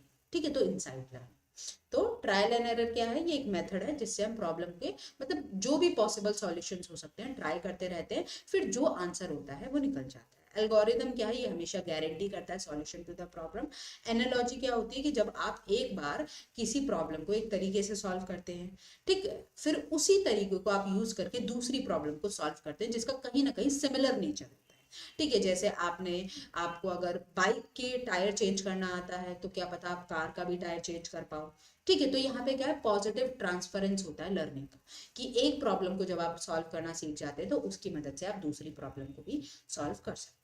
ठीक है, तो एनालॉजी क्या है, comparison of two things to show their similarities और रिलेशनशिप। दो चीजों में जब थोड़ा सिमिलैरिटी हो, तो अगर आप एक प्रॉब्लम को सॉल्व कर पा रहे हैं तो इवेंचुअली आप दूसरी प्रॉब्लम को भी सॉल्व कर पाते हैं। तो एल्गोरिदम, ठीक है, एल्गोरिदम हमारा हो गया। एल्गोरिदम के बाद ह्यूरिस्टिक हमारा हो गया, जिसे हम मेंटल शॉर्टकट कहते हैं या रूल ऑफ थंब कहते हैं। क्या कहते हैं, मेंटल शॉर्टकट, और इधर वी से it a rule of thumb, जो हमें मदद करता है प्रॉब्लम को सॉल्व करने में, पर ये सॉल्यूशन गारंटी नहीं करता। ठीक है, आप प्रॉब्लम सॉल्व कर सकते हो बट यहाँ पे जो सॉल्यूशन है वो गारंटीड नहीं होता। ट्रायल एंड एरर क्या है, ट्रायल और एरर में आप अलग अलग तरीके से प्रॉब्लम को सॉल्व करने की कोशिश करते हैं, जो तरीका काम आ जाता है उसी से आप फिर कर लेते हैं। ठीक है, तो ये प्रॉब्लम सॉल्विंग के तरीके हो गए। ठीक है, अब यहाँ पे हम जितनी भी थेरीज उन्हें देखेंगे, तो सबसे पहले हमारी goal state theory of problem solving. तो goal state theory of problem solving में क्या होता है, क्लियरली पहले तो हमारी प्रॉब्लम स्टेट होती है। ठीक है, प्रॉब्लम स्टेट, फिर उसके बाद हम अपनी गोल स्टेट को देखते हैं, और गोल स्टेट के बाद बीच में जो इंटरमीडिएट स्टेट, मतलब जो क्लियरली स्टेप्स जिनके थ्रू हम जो प्रॉब्लम है उसको सॉल्व करते हैं। ठीक है, तो यहाँ पे we make move in the problem space to get us close to the goal state. हम वो तरीके फाइंड आउट करते हैं जिससे जो हमारा गोल है उसके हम नजदीक पहुंच पाए। तो प्रॉब्लम स्टेट होती है, गोल स्टेट होती है, और उसके बीच में कुछ ऐसे छोटे छोटे स्टेप्स होते हैं जिनकी मदद से हम जो गोल है उसके नजदीक आ जाते हैं, तो उन्हें हम इंटरमीडिएट स्टेट कहते हैं। तो ये हमारी गोल स्टेट थ्योरी है प्रॉब्लम सॉल्विंग की। रीजनिंग दो प्रकार की होती है, डिडक्टिव, इंडक्टिव। डिडक्टिव की बात करें तो क्लियरली यहाँ पे क्या होता है, यहाँ पे एक जनरल ऑब्जर्वेशन होती है, उसके बेसिस पे हम एक कंक्लूजन पे आते हैं। इंडक्टिव में स्पेसिफिक केसेस होते हैं, स्पेसिफिक केसेस के बेसिस पे हम एक थ्योरी को क्रिएट करते हैं। ठीक है, तो हमारी डिडक्टिव और इंडक्टिव। ठीक है, तो ये क्या होती है, जनरल टू स्पेसिफिक, ठीक, ये हमारी स्पेसिफिक टू जर्नी। ठीक है, तो इसके आगे फिर हम और चीजें देखते हैं। ठीक है, वही कंजंक्टिव कॉन्सेप्ट, डिसजंक्टिव कॉन्सेप्ट वही है। ठीक है, अब यहाँ पे हम ब्रूनर की थ्योरी देखेंगे। तो ब्रूनर की थ्योरी क्या बोलती है, जब हमारे पास एक हाइपोथेसिस होता है, when we have one hypothesis, एक हाइपोथेसिस में हमारे दो मेथड, दो तरीके होते हैं। एक तो कंजर्वेट एक तो कंजर्वेटिव फोकसिंग और फोकस गैम्बलिंग। क्या क्या होता है, conservative focusing and focus gambling. तो यहाँ पे एक हाइपोथेसिस होता है। तो कंजर्वेटिव फोकसिंग में क्या होता है कि eight a point of time पे हम एक ही हाइपोथेसिस पे या एक ही तरीके से चीजों को काम करते हैं। फोकस गैम्बलिंग में क्या होता है कि हम अलग अलग तरीकों को ट्राई करते हैं। ठीक है, हाइपोथेसिस हमारी एक ही होती है यहाँ पे, पर कंजर्वेटिव फोकस में हम एक ही हाइपोथेसिस को लेकर चलते हैं लंबा, और फोकस गैम्बलिंग में क्या है, अलग अलग तरीके से। यहाँ पे एक ही रास्ता होता है, यहाँ पे अलग अलग रास्ते से हम जो प्रॉब्लम है उसको सॉल्व करने की कोशिश करते हैं। ठीक है, जहां पे हमारी मैनी हाइपोथेसिस होती है, तो वो क्लियरली हमारा क्या होता है, साइमल्टेनियस, मतलब वो स्कैनिंग होती है। तो स्कैनिंग में आपकी साइमल्टेनियस स्कैनिंग आती है, सक्सेसिव स्कैनिंग आती है। साइमल्टेनियस स्कैनिंग क्लियरली ऐसी है कि इसमें जब भी हम किसी प्रॉब्लम को सॉल्व करते हैं तो अलग अलग तरीके से eight a point of time पे हर मेथड को हम यूज करते हैं। ठीक है, सक्सेसिव में क्या करते हैं, एक एक करके। ठीक है, जैसे आप एग्जाम की तैयारी कर रहे हो तो पहले पहले आप क्या करोगे, आप बैच लेते हो, तो बैच में पहले पहले आप क्लासेस करते हो, क्लासेस के बाद फिर आप रिवीजन करते हो, रिवीजन के बाद आप प्रैक्टिस करते हो, फिर प्रैक्टिस के बाद आप मॉक लगाते हो। तो सक्सेसिव एक एक करके जब आप किसी प्रॉब्लम के सॉल्यूशन पे जाते हैं, ठीक है, मतलब प्रॉब्लम को सॉल्व करने की कोशिश करते हैं, एक एक तरीके को यूज करते हैं। साइमल्टेनियस में क्या है, eight a point of time पे आप हर तरीके को यूज कर रहे हैं, कि आप उस टाइम पे क्लास भी कर रहे हो, रिवीजन भी कर रहे हो, कभी कभी प्रैक्टिस भी कर रहे हो। ठीक है, तो ये इस तरीके से होती है। और यहाँ पे ये हमारे ब्रूनर की थ्योरी है, बहुत जरूरी है, ये आपको पता होनी चाहिए। तो सक्सेसिव स्कैनिंग क्या है, one alternative at a time, एक टाइम पे एक ऑल्टरनेटिव होता है और सीक्वेंस में आप आगे बढ़ते हैं। फोकस स्कैनिंग में क्या होता है, कंसंट्रेटिंग ऑन स्पेसिफिक एस्पेक्ट। ठीक है, सक्सेसिव स्कैनिंग हो गई। ठीक है, हाँ, फोकस गैमलिंग होता है। और हाँ हाँ ठीक है, चलो।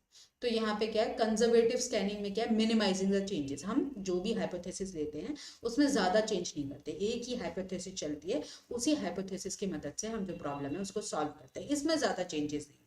पर फोकस गैमलिंग में बहुत चेंजेस होते हैं। ठीक है, तो concentrating specific aspect of solution while ignoring other possibilities. ठीक है, रुको, ये मैं यहाँ से बताती हूँ। हाँ ठीक है, तो सक्सेसिव स्कैनिंग क्या है, एक टाइम पे एक ही को हम सॉल्व करते हैं। साइमल्टेनियसली में क्या है, एक टाइम पे बहुत सारी प्रॉब्लम को हम सॉल्व करते हैं।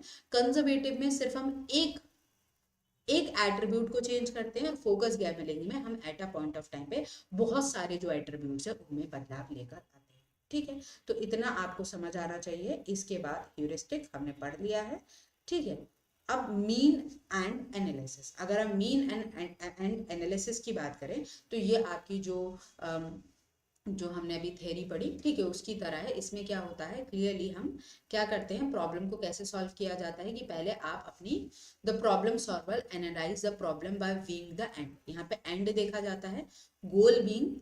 ठीक है, मतलब ये दो तरीके से भी हो सकते हैं, वर्किंग फॉरवर्ड करके भी, वर्किंग बैकवर्ड, कि पहले आप जो किसी प्रॉब्लम है उसका सॉल्यूशन देख रहे हो, सॉल्यूशन देखने के बाद आप उस प्रॉब्लम को सॉल्व कर रहे हो। और फिर ऐसे भी हो सकता है कि पहले आप अपनी प्रॉब्लम को देख रहे हो और प्रॉब्लम को देखने के बाद मीन एंड एनालिसिस, मतलब यहाँ आप क्या करते हैं, जो प्रॉब्लम है उसको छोटे छोटे हिस्से में, ठीक है, सब गोल्स में डिवाइड करते हैं, सब गोल्स में डिवाइड करके उन्हें सॉल्व करने की कोशिश करते हैं। तो वर्किंग फॉरवर्ड भी हो सकता है, वर्किंग बैकवर्ड भी हो सकता है।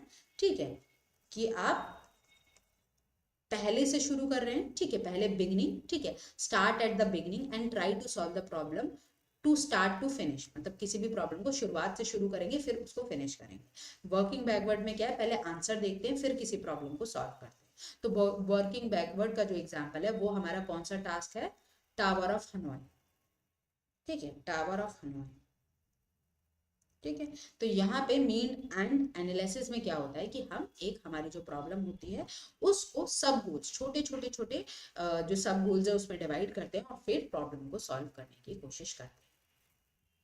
ठीक है, अब फॉर्मल ह्यूरिस्टिक देखते हैं। फॉर्मल ह्यूरिस्टिक क्या क्या है, फॉर्मल ह्यूरिस्टिक में सबसे पहले हमारा आई थिंक यह लिस्ट होगी, हाँ, तो हम ये देखते हैं। चलो, सबसे पहला है प्रोसेस ऑफ एलिमिनेशन। एलिमिनेशन में क्या होता है, जो चीजें हमें नहीं चाहिए उसके बेसिस में हम जो डिसीजन है वो लेते हैं। तो फॉर्मल ह्यूरिस्टिक में सबसे पहला क्या आता है, प्रोसेस ऑफ एलिमिनेशन, जहां पे हम जिन जिन चीज जो जो चीजें हमें नहीं चाहिए उसके बेसिस पे हम डिसीजन बनाते हैं और जो ऑप्शन है उसको एलिमिनेट करते हैं। कि जैसे हमें फ्लैट खरीदना है, तो फ्लैट क्लियरली हमें नहीं चाहिए कि हमारे आसपास कोई ज़्यादा नेबर हो, ठीक है, या फिर हमें नहीं चाहिए कि लोकेलिटी में ज़्यादा बच्चे रहते हों, ठीक है, तो हम उनके बेसिस पे जो चीज़ें नहीं चाहिए उसके बेसिस पे एलिमिनेट करते हैं।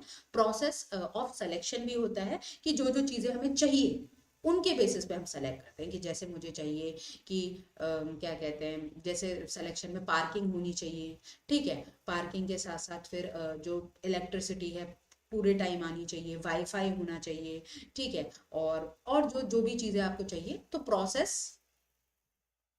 प्रोसेस ऑफ सिलेक्शन होता है जिसके बेसिस पे आप किसी ऑप्शन को सेलेक्ट करते हैं जो जो चीज़ें आपको चाहिए होती है। प्रोसेस ऑफ एलिमिनेशन होता है जिसके बेसिस पे हम ऑप्शंस को एलिमिनेट करते हैं। कि जैसे हमें टाइमिंग नहीं चाहिए, हम किसी कहीं जाने तो ऐसा ना हो कि 10 बजे ही गेट बंद हो रहा हो, हम अपने हिसाब से बंद कर लें, तो स्ट्रिक्ट टाइमिंग ना हो, लैंडलॉर्ड का फालतू का चक्कर ना हो, ठीक है, बच्चे आसपास ना रहते हों, ज़्यादा नॉइजी इन्वायरमेंट ना हो, तो एलिमिनेशन के बेसिस पे हम सेलेक्ट करते हैं। प्रोसेस ऑफ सिलेक्शन में सिलेक्शन के बेसिस पे। सेटिस्फाइंग क्या होता है, सेटिस्फाइंग जब तक कोई सॉल्यूशन हमें सेटिस्फाई कर तब तक हम उसे मान लेते हैं, ठीक है। तो मिनिमम लेवल ऑफ एक्सेप्टेबिलिटी, जैसे आपसे मम्मी ने बोला है कि जल्दी जाओ कि एक शैम्पू लेकर आओ, ठीक है, पर आपको फटाफट से अपने दोस्त से मिलने जाना है, आप लोग कहीं साथ में घूमने जा रहे हो, तो आप भाग के दुकान पे जाते हो और बोलते हो अंकल शैम्पू दे दो। तो अंकल बोलते हैं बेटा कौन सा शैम्पू चाहिए बताओ मुझे, कि अंकल जो शैम्पू है वो दे दो। कि अरे डैंड्रफ के लिए चाहिए या फिर किस लिए चाहिए, कि नहीं नहीं अंकल जो दिख रहा है बस शैम्पू दे दो, बस बाल धुल सके इतना दे दो। तो जब तक एक मिनिमम लेवल ऑफ एक्सेप्टेबिलिटी है, सेटिस्फाई आपको कर रहा है वो सॉल्यूशन, तब तक वो ठीक है, ठीक है। लेक्सोग्राफी में क्या होता है, वन फीचर, एक फीचर पे बेस्ड होकर आप डिसीजन मेकिंग करते हो। कि जैसे आप फोन लेने गए हो, तो फोन लेते समय आपको बस ऐसा फोन चाहिए जिसकी वीडियो क्वालिटी अच्छी है, तो आप और चीजें नहीं देखोगे, आईफोन है या नॉर्मल फोन है, मॉडल क्या है, आपको कुछ फर्क नहीं पड़ता जब तक उसकी वीडियो क्वालिटी अच्छी है। क्योंकि आप एजुकेटर हो, आपको वीडियो बनानी होती है, तो आपको वीडियो क्वालिटी पे ध्यान देना है, या फिर सपोज करो आपको स्टोरेज पे ध्यान देना है कि स्टोरेज अच्छी होनी चाहिए, तो आप किसी चीज पे ध्यान नहीं देंगे, बस स्टोरेज, अच्छी खासी स्टोरेज, उसके अलावा कलर क्या है, मॉडल क्या है, और दूसरी चीजें हो ना हो आपको इतना मतलब। एनालॉजी सेम जो हमने देखा, प्रॉब्लम स्पेस थ्योरी आपकी उसी की तरह जो हमने देखा कि हम जो प्रॉब्लम और जो गोल है उसके बीच में जो स्पेस है उसको कम करने की कोशिश करते हैं।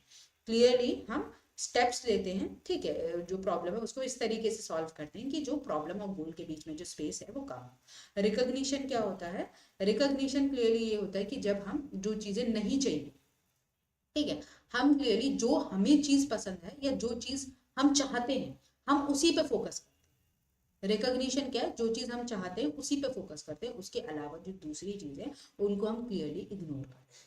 रिपीट स्टेट अवॉइडेंस क्या होता है, यहाँ पे हम नहीं चाहते कि हमें दोबारा किसी चीज को सेम तरीके से करना पड़े, रिपीट ना करना पड़े। जैसे एग्जाम्स की लोग तैयारी करते हैं तो वो एक ही बारी में इतनी मेहनत कर लेते हैं, इतनी मेहनत कि पेपर निकल ही जाए, क्योंकि उनको फिर से वो प्रोसेस शुरू नहीं करना, they don't want to repeat that process. तो रिपीट स्टेट अवॉइडेंस, कि फिर से इस चीज को हमें ना करना पड़े, ठीक है। तो यहाँ पे आप देख सकते हो एलिमिनेशन बाय स्टेप, लेक्सोग्राफी, सेटिस्फाइंग, ठीक है। ये देखो लेक्सोग्राफी मतलब फीचर्स के बेसिस पे कि आपको क्या क्या फीचर चाहिए, ठीक है, तो उस बेसिस पे आप डिसाइड करते हो कि आपको स्टोरेज चाहिए, वीडियो क्वालिटी चाहिए, तो उस बेसिस पे आप देखते हो। रिकॉग्निशन क्या है, एक मेंटल शॉर्टकट है that involve judging the likelihood of an event और the quality of option based on how easily it came to the mind, ठीक है। जो आप अपने अपने दिमाग में जो बिलीव है, ठीक है, अपने दिमाग से जो चीज मैच हो रही है कि मैं ये चीज मानता हूँ और उससे ये मैच हो रही है, आप उसी को मानते हैं, उसके अलावा जो ऑल्टरनेटिव इन्फॉर्मेशन है आपका उस पर ध्यान नहीं होता, ठीक है। Mean and analysis clearly problem को डिफाइन करते हैं, आइडेंटिफाइंग द करंट स्टेट, ठीक है, जो और रास्ते आप देखेंगे, मतलब जो भी प्रॉब्लम है उसको छोटे छोटे स्मॉलर स्मॉलर सब पार्ट में डिवाइड करेंगे, सब प्रॉब्लम्स बनाएंगे और फिर गोल को सॉल्व करेंगे। तो वर्किंग बैकवर्ड भी होता है। वर्किंग बैकवर्ड की अगर हम बात करें तो जैसे आप क्या करते हैं, यहाँ पे पहले जो क्या करते हैं कि यहाँ पे तो वर्किंग स्टेप बाय स्टेप, ठीक है, गोल के टूवर्ड्स जाएंगे। यहाँ पे हम पहले गोल स्टेट को देख लें, जैसे मैथ्स की प्रॉब्लम सॉल्व करते हैं तो पहले आंसर शीट में जाके आंसर देखते हैं, फिर जाके हम सॉल्यूशन पे आते हैं। तो इसे हम क्या कहते हैं, वर्किंग बैकवर्ड। तो इसका एग्जाम्पल क्या है, ये टावर ऑफ हनोई टास्क, ठीक है। ये याद रखना, एक बार एग्जाम में पूछा गया था कि वर्किंग बैकवर्ड का क्या एग्जाम्पल है, तो टावर ऑफ हनोई टास्क होता है, ठीक है। यहाँ पे बच्चे क्या करते हैं, पहले नीचे वाला रखा जाता है, फिर उसके ऊपर वाला, फिर सबसे ऊपर वाला। तो बैकवर्ड बैकवर्ड आप काम करते हैं, ठीक है। ऑब्स्टिकल्स अब प्रॉब्लम सॉल्विंग है। ये तो अभी तक हमने जितने भी देखे हमारे फॉर्मल ह्यूरिस्टिक, अब इनफॉर्मल ह्यूरिस्टिक भी देखेंगे। और क्योंकि इनफॉर्मल ह्यूरिस्टिक बकवास ही है, ठीक है, वो हमारे किसी काम के हैं नहीं, बट फिर भी, और वो प्रॉब्लम में मतलब कोई प्रॉब्लम को सॉल्व करने में हमारी मदद भी नहीं करते, तो उनको हमें देखना है। तो वो ऑब्स्टिकल्स के साथ ही होंगे। तो ऑब्स्टिकल्स ऑफ प्रॉब्लम सॉल्विंग क्या है, सबसे पहला ऑब्स्टिकल है मेंटल सेट। मेंटल सेट क्या है, हमारी सोच में रिजिडिटी। जब हम किसी चीज को एक ही तरीके से सोचते हैं, उसे अलग अलग तरीके से हम सोच नहीं पाते। मतलब कोई प्रॉब्लम, ठीक है, the tendency to respond a new problem with an approach that was successfully used with a similar problem. मतलब पास्ट में आपने जिस तरीके से किसी प्रॉब्लम को सॉल्व किया था, प्रेजेंट में भी आप उस प्रॉब्लम को सेम तरीके से सॉल्व कर रहे हैं। तो यहाँ पे हमारी सोच में, थिंकिंग में रिजिडिटी होती है, रिजिडिटी इन थिंकिंग, तो उसे हम मेंटल सेट कहते हैं, ठीक है। तो mental set can get the way of problem solving, ठीक है। तो यहाँ पे क्या है, इसका एक वो होता है कंपोनेंट, जिसे हम क्या कहते हैं, क्लियरली, हाँ, आपकी सोच में या तो रिजिडिटी होती है या इनफ्लेक्सिबिलिटी, मतलब आप प्रॉब्लम को नई तरीके से सॉल्व करना ही नहीं चाहते, आप प्रॉब्लम को सेम तरीके से सॉल्व करना चाहते हैं जैसे आप प्रीवियस प्रॉब्लम्स को सॉल्व करते थे, ठीक है। फंक्शनल फिक्सेडनेस, अब क्या है, इसका एप्लीकेशन क्या है, जब भी हम ये ऑब्जेक्ट्स पे अप्लाई करते हैं, ठीक है, जब भी हम एक ऑब्जेक्ट को क्या कहते हैं, सेम तरीके से यूज करते हैं, जिस लिए वो बना है। जैसे कॉफी मग है तो कॉफी पीने के लिए बना है, तो कॉफी ही पी रहे हैं, ठीक है। अगर कोई क्लिप है तो क्लिप को क्लिप की तरह यूज करें, तो ये फंक्शनल फिक्सेडनेस है। मतलब when you are unable to use a object in a unique way, जब आप किसी ऑब्जेक्ट को किसी नए तरीके से या नए वे में यूज नहीं कर पा रहे, आप सेम ही तरीके से, मतलब जो उसका फंक्शन है उसी के लिए आप यूज कर रहे हैं, ठीक है। तो functional fixedness which is tendency to think an object as being useful only for the function, मतलब जिस पर्पस के लिए बनाए वो उसी के लिए यूज हो, उसका कोई नया यूज या उसे अलग तरीके से आप यूज जब नहीं करते, ठीक है। तो आप देखते हैं यहाँ पे हमारे जो क्या क्या है, हमारे इनफॉर्मल ह्यूरिस्टिक भी है जो प्रॉब्लम सॉल्विंग में एक तरीके की बाधा क्रिएट करते हैं, तो उन्हें भी देखते हैं। तो कॉन्फर्मेशन बायसेस, कॉन्फर्मेशन बायसेस क्या है, कॉन्फर्मेशन बायसेस वो है कि जब भी हमारे दिमाग में एक प्री एग्जिस्टिंग बिलीफ होता है, एक हाइपोथेसिस होता है, तो सामने वाला कुछ भी बोले, अगर वो चीज हमारी बात से मैच होती है तो हम उसे मानेंगे, उसके अलावा जो दूसरी चीजें हम उन्हें इग्नोर करेंगे। A person who doesn't believe in climate change only seek out information, वो इंसान ऐसे ही जानकारी पे फोकस करेगा जो उसके बिलीफ पे फोकस करे, और इग्नोर करेगा वो सारी इन्फॉर्मेशन जो उसे कॉन्ट्रडिक्ट करते हैं। तो हमारी सोच से या हमारी बिलीफ से जो इन्फॉर्मेशन मैच होती है, हम बस उसी को मानते हैं, तो इसे कॉन्फर्मेशन बायस कहते हैं। फिर एंकरिंग बायस होता है, जिसे हम एंकरिंग एंड एडजस्टमेंट कहते हैं, कि इनिशियल फॉर्म ऑफ इन्फॉर्मेशन जो आपके पास होती है, आप उसी पे रिलाई करते हैं, ओवरली रिलाई करते हैं, फिर जो नई इन्फॉर्मेशन आती है उसमें एडजस्टमेंट लाते हैं, ठीक है। इनिशियल इन्फॉर्मेशन को देख के आप उसमें एडजस्टमेंट लाते हैं और आप ऐसे ही डिसीजन लेते हैं। जैसे आप गए किसी मॉल में गए और वहां पे आपको एक कप, चाय पीने वाला कप, उसमें पहले प्राइस लिखा था, ठीक है, ठीक है, 100, ठीक है, 100 रुपीज लिखा था, फिर 100 रुपीज काट के उस पर प्राइस लिख दिया, क्या प्राइस लिख दिया, 50। तो आपको लगेगा वाह कितना सस्ता है, देखो पहले 100 का था, आप देखो 50 कर दिया, तो कितना बेनिफिट है, ठीक है। तो आप फिर क्या करते हैं, इनिशियल इन्फॉर्मेशन पे इतना रिलाई कर जाते हैं कि आप नई इन्फॉर्मेशन में एडजस्ट करके फिर आप उसी को मानते हैं। रिप्रेजेंटेटिव ह्यूरिस्टिक क्या है, रिप्रेजेंटेटिव इसे हम क्या कहते हैं, स्टीरियोटाइपिंग, ठीक है, जहां हम एक ही इवेंट को जर्नलाइज कर देते हैं, ठीक है। जैसे कोई एक ओल्ड पर्सन है, उसने आपसे रूडली बात की, ठीक है, तो आप क्या बोलोगे, यहाँ पे जितने भी बूढ़े लोग हैं, ओल्ड लोग हैं, वो सारे रूड हैं। तो आप जनरलाइज कर दोगे, क्या कर दोगे, जनरलाइज कर दोगे, स्टीरियोटाइपिंग कर दोगे, तो इसे स्टीरियोटाइपिंग कहते हैं। ठीक है, यहाँ पे क्लियरली आप स्टीरियोटाइप भी कर देते हो। अवेलेबिलिटी ह्यूरिस्टिक क्या है कि जो इन्फॉर्मेशन आपके दिमाग में इजीली आ जाए। ठीक है, जैसे क्या है, कुछ ऐसी ड्रामेटिक इन्फॉर्मेशन होती है या सेंसेशनल इन्फॉर्मेशन होती है, जैसे अगर प्लेन क्रैश की बात करें, तो प्लेन क्रैश जो है जब भी होता है तो उसको मीडिया इतना बढ़ा चढ़ा के दिखाती है, वो न्यूज़ में भी आता है, ठीक है, टेलीविजन पे भी आता है, सोशल मीडिया पे भी आता है, कि लोगों को लगने लगता है कि रोड एक्सीडेंट से ज़्यादा प्लेन क्रैश होते हैं, और लोग जो है प्लेन में ट्रेवल करना प्रेफर नहीं करते, तब कि उन्हें पता नहीं है जो रोड एक्सीडेंट है वो ज़्यादा होते हैं in comparison to plane crash. तो रोड पे ट्रेवल करना ज़्यादा हार्मफुल है या ज़्यादा रिस्की है in comparison to travelling in plane. ठीक है, बट वो जो इन्फॉर्मेशन है इजीली हमारे दिमाग में आ जाती है, क्योंकि मीडिया ने इस तरीके से उसे शो कर रखा है, पोर्ट्रे कर रहा है, क्या पोर्ट्रे कर रखा है, और वो ड्रामेटिक तरीके से तो दिखाते ही हैं, तो इस वजह से हम मान के चलते हैं कि नहीं, प्लेन क्रैश बहुत ज़्यादा होते हैं और हमें प्लेन में ट्रैवल नहीं करना चाहिए। ठीक है, तो ये इनफॉर्मल ह्यूरिस्टिक हैं सारे। ठीक है, तो अवेलेबिलिटी जो clearly how easily example came to your mind, आपके दिमाग में कोई एग्जाम्पल कितना इजीली आ रहा है। ठीक है, क्योंकि इवेंट जो है बहुत मेमोरेबल है, बहुत सेंसेशनल है, बहुत ड्रामेटिक है, तो आप मान के चलते हैं इसकी प्रोबेबिलिटी बहुत ज़्यादा होगी।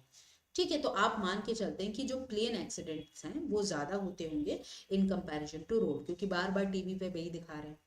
ठीक है, तब कि रोड एक्सीडेंट ज़्यादा होता है। रिप्रेजेंटेटिव जब हम स्टीरियोटाइप करते हैं, एक ही इवेंट के बेसिस पे हम सबको जनरलाइज करते हैं। ठीक है, कि हमने देखा कि जो एक इंसान है वो बहुत बदतमीजी कर रहा है हमारे साथ, तो हम बोलते हैं यहाँ के सारे लोग बदतमीज ही हैं। ठीक है, तो हम कहीं ना कहीं ओवर एम्फेसाइज कर रहे हैं, या बेस रेट फैलेसी भी इसे कहते हैं। ठीक है, हम स्टैटिस्टिक एविडेंसेस कुछ नहीं देखते और उसके बेसिस पे हम क्या करते हैं कि लोगों को जनरलाइज कर देते हैं। ठीक है, एंकरिंग क्या है, एंकरिंग हेरोस्टिक में वही एडजस्टमेंट कि आप पहले गए, आपने सोफा देखा, ठीक है, $600 लिखा था, ठीक है, फिर 600 नहीं, पहले यहाँ पे देखो $1000 लिखा था, तो $1000 इनिशियल इन्फॉर्मेशन थी, फिर उसको कट करके यहाँ पे $600 लिखा गया है। ठीक है, तो यहाँ पे क्या है, फिर क्या इंसान क्या कह रहा है, मतलब जो भी देख रहा है वो कह रहा है व्हाट्स अ डील, क्या डील है कि ये देखो बिल्कुल एक्सपेंसिव नहीं है, क्योंकि पहले 1000 में था, 50% ऑफ किया है, तो कितना सस्ता है। ठीक है, तब के लोगों को नहीं पता कि वो बहुत महंगा। सिमुलेशन ह्यूरिस्टिक क्या होता है, सिमुलेशन ह्यूरिस्टिक में जब भी जो चीज़ें जब बहुत कम उससे होती है, ठीक है, जैसे कि कोई ट्रेन अगर 2 मिनट से छूट जाए इन कंपैरिजन टू 1 घंटे से छूटे, अगर कोई नंबर जो पेपर है वो 2 नंबर से छूट जाए इन कंपैरिजन टू 20 नंबर से छूट जाए, तो हम उसको ज़्यादा इमेजिन करते हैं, वो ईजिली हमारे दिमाग में आती है। तो event based on how easily they can imagine, तो अगर कोई चीज़ बहुत 2 मिनट से हुई है तो वो बहुत ईजिली हमारे दिमाग में आ जाए। ठीक है, फिर है हमारा peak and rule. Peak and rule मतलब ये डेनियल थे, इन्होंने दिया था क्लियरली। ये क्या कहते हैं कि हम हमेशा पीक पे रहते हैं। पीक मतलब हम हमेशा एक्सट्रीम्स में रहते हैं। एक्सट्रीम्स से क्या कहना चाहते हैं कि जब भी हम रिलेशनशिप में, जैसे रिलेशनशिप में ब्रेकअप कर लेते हैं, तो ब्रेकअप के बाद हमें बस रिलेशनशिप की सारी अच्छी अच्छी चीज़ें याद आती हैं। ठीक है, तो हम दुखी होने लगते हैं, बहुत परेशान हो जाते हैं, और जब रिलेशनशिप में होते हैं तो हमें रिलेशनशिप की सारी बुरी बुरी चीज़ें आ जाती हैं कि उसने कितना बुरा किया, कितना हर्ट किया, इसलिए हम ब्रेकअप कर लेते हैं। तो हम हमेशा क्या कहते हैं, एक्सट्रीम्स में रहते हैं, हमेशा पीक पे रहते हैं, कि जब सोचते हैं तो बहुत ही अच्छा अच्छा दिमाग में आता है, जब सोचते हैं तो बहुत बुरा ही बुरा। फ्रेंड्स को लेकर भी, कि कभी सोचते हैं तो दोस्त की बिल्कुल कमियां दिखाई देती हैं, और कभी कभी सोचते हैं तो उसकी बड़ी अच्छाइयाँ दिखाई देती हैं। ठीक है, कंटेंजीनियन ह्यूरिस्टिक, तो कंटेंजीनियन क्या है कि अगर किसी एक कंट्री में कहीं किसी चीज में कोई मिलावट हो या कुछ मिलने लगे, जैसे एग्स, अंडे हैं, अंडों में कोई इन्फेक्शन आने लगे, ठीक है, या सब्जियों में या ब्रोकली में कीड़े निकलने लगे, तो लोग क्या है दूसरे शहर में उन्हें खाना बंद कर देते हैं। लोगों को लगता है कि वहां से यहाँ पे ये फैल रहा है। ठीक है, तो यहाँ पे क्लियरली है, now that's we are into a spring, we went on that spring fever can be contagious, कि spring का जो फीवर है वो फैलता है। ठीक है, एक से दूसरे में फैलता है। ठीक है, तो यहाँ पे क्लियरली लोग कहते हैं कि एक जगह अगर कोई प्रॉब्लम है तो वो दूसरी जगह भी वहां पे उसे खाना पीना बंद कर देते हैं। ठीक है, या कोई बीमारी है, एक जगह अगर बीमारी फैलने लगती है तो लोग दूसरी जगह भी बिल्कुल प्रिकॉशंस लेने लगते हैं या बहुत सीरियस हो जाते हैं, बाहर निकलना बंद कर देते हैं। ठीक है, तो स्कैरसिटी क्या है? स्कैरसिटी मतलब जब भी किसी चीज़ की कमी होती है, ठीक है, जैसे होता है कि last 2 baskets of Apple left, या फिर last 2 baskets of mango left, तो लोगों की जो टेंडेंसी है उसको खरीदने की वो ज़्यादा हो जाती है, लोग उसको ज़्यादा खरीदने लगते हैं। ठीक है, तो यहाँ पे क्या है, scarcity heuristic. The scarcity heuristic मतलब जब भी कोई चीज़ कम मात्रा में है तो उसकी वैल्यू बढ़ जाएगी। जैसे टमाटर, टमाटर जब कम मात्रा में हो जाते हैं, ठीक है, कि खेती बर्बाद हो जाती है तो टमाटर बहुत कम होते हैं, तो फिर उनकी वैल्यू बढ़ जाती है, स्कैरसिटी है। ठीक है, तो लोग उनको आके भर भर के खरीद के ले जाते हैं, उनकी ज़रूरत भी नहीं होती तो भी ले जाते हैं। ठीक है, फिर यहाँ पे ये नहीं, ठीक है,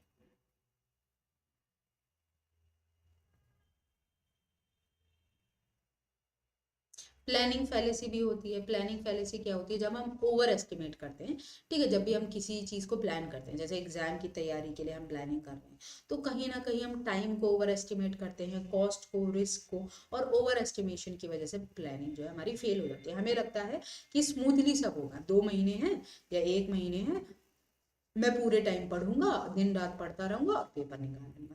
पर लोग ये नहीं समझते कि हम थकते भी हैं, हमें रेस्ट भी चाहिए, हम खाना भी खाते हैं, वॉशरूम भी जाते हैं, कभी कभी मन भी नहीं करता, कभी कभी तबीयत भी खराब होती है। तो वो जो ऑब्स्टिकल्स हैं, जो बीच की जो दुविधाएं हैं, जो चीज़ें हैं, उनको हम कंसिडर नहीं करते और अनरियलिस्टिक टाइमलाइन, ये जो प्लान है डे का, वो हम बना लेते हैं। ठीक है, तो प्लानिंग फैलेसी हो जाती है।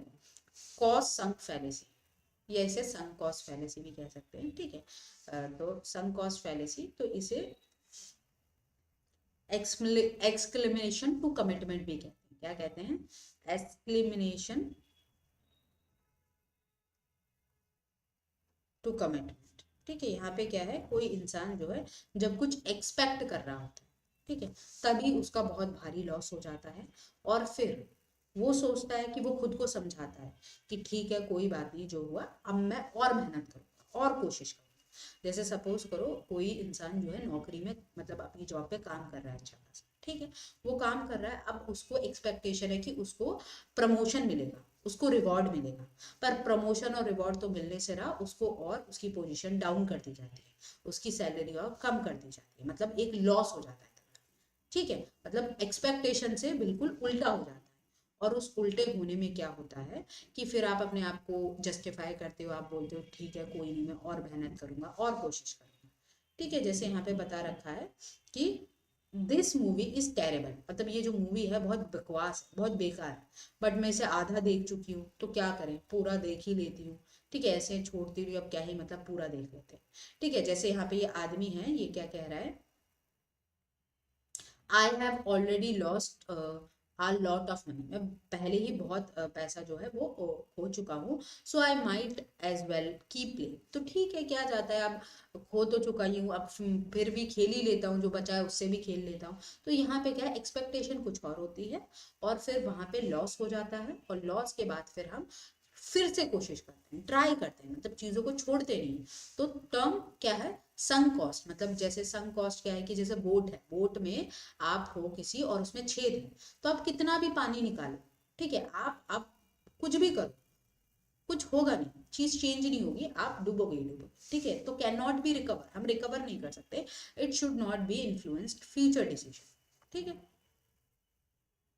फिर क्या है, बेस रेट फैलेसी। अब बेस रेट फैलेसी में क्या है कि जब हम हमारे एविडेंसेस नहीं देखते, जब हम स्टैटिस्टिक नहीं देखते और अपने अजम्पशंस के बेसिस पे चीज़ें बोल देते हैं, तो base rate fallacy occur when people ignore और underweight the base rate, मतलब जो स्टैटिस्टिक है, जो एविडेंसेस है, उनको नहीं देखते और इजीली जो उनके दिमाग में इंफॉर्मेशन आ जाती है, ठीक है, कोई भी स्पेसिफिक इंस्टेंस के बेसिस पे, कोई भी स्पेसिफिक इंफॉर्मेशन के बेसिस पे वो जनरलाइज कर देते हैं। जैसे मैंने बताया आपको कि लोग क्या कहते हैं, कि बोलते हैं कि प्लेन एक्सीडेंट्स ज़्यादा होते हैं इन कंपैरिजन टू रोड, तो वो उनके दिमाग में आ जाता है। ठीक है, इजीली अवेलेबल होता है तो उनको लगता है, पर स्टैटिस्टिक और एविडेंस देखें तो रोड एक्सीडेंट ज़्यादा होते हैं इन कंपैरिजन टू आपके क्या कहते हैं जो क्या कह सकते हैं प्लेन एक्सीडेंट। ठीक है, जैसे यहाँ पे क्या लोगों से पूछा है कि ये स्टीव जो है, स्टीव इज शाय, कि जो स्टीव है वो शाय है, तो वो क्या होंगे, वो सेल्स पर्सन होंगे कि लाइब्रेरियन होंगे?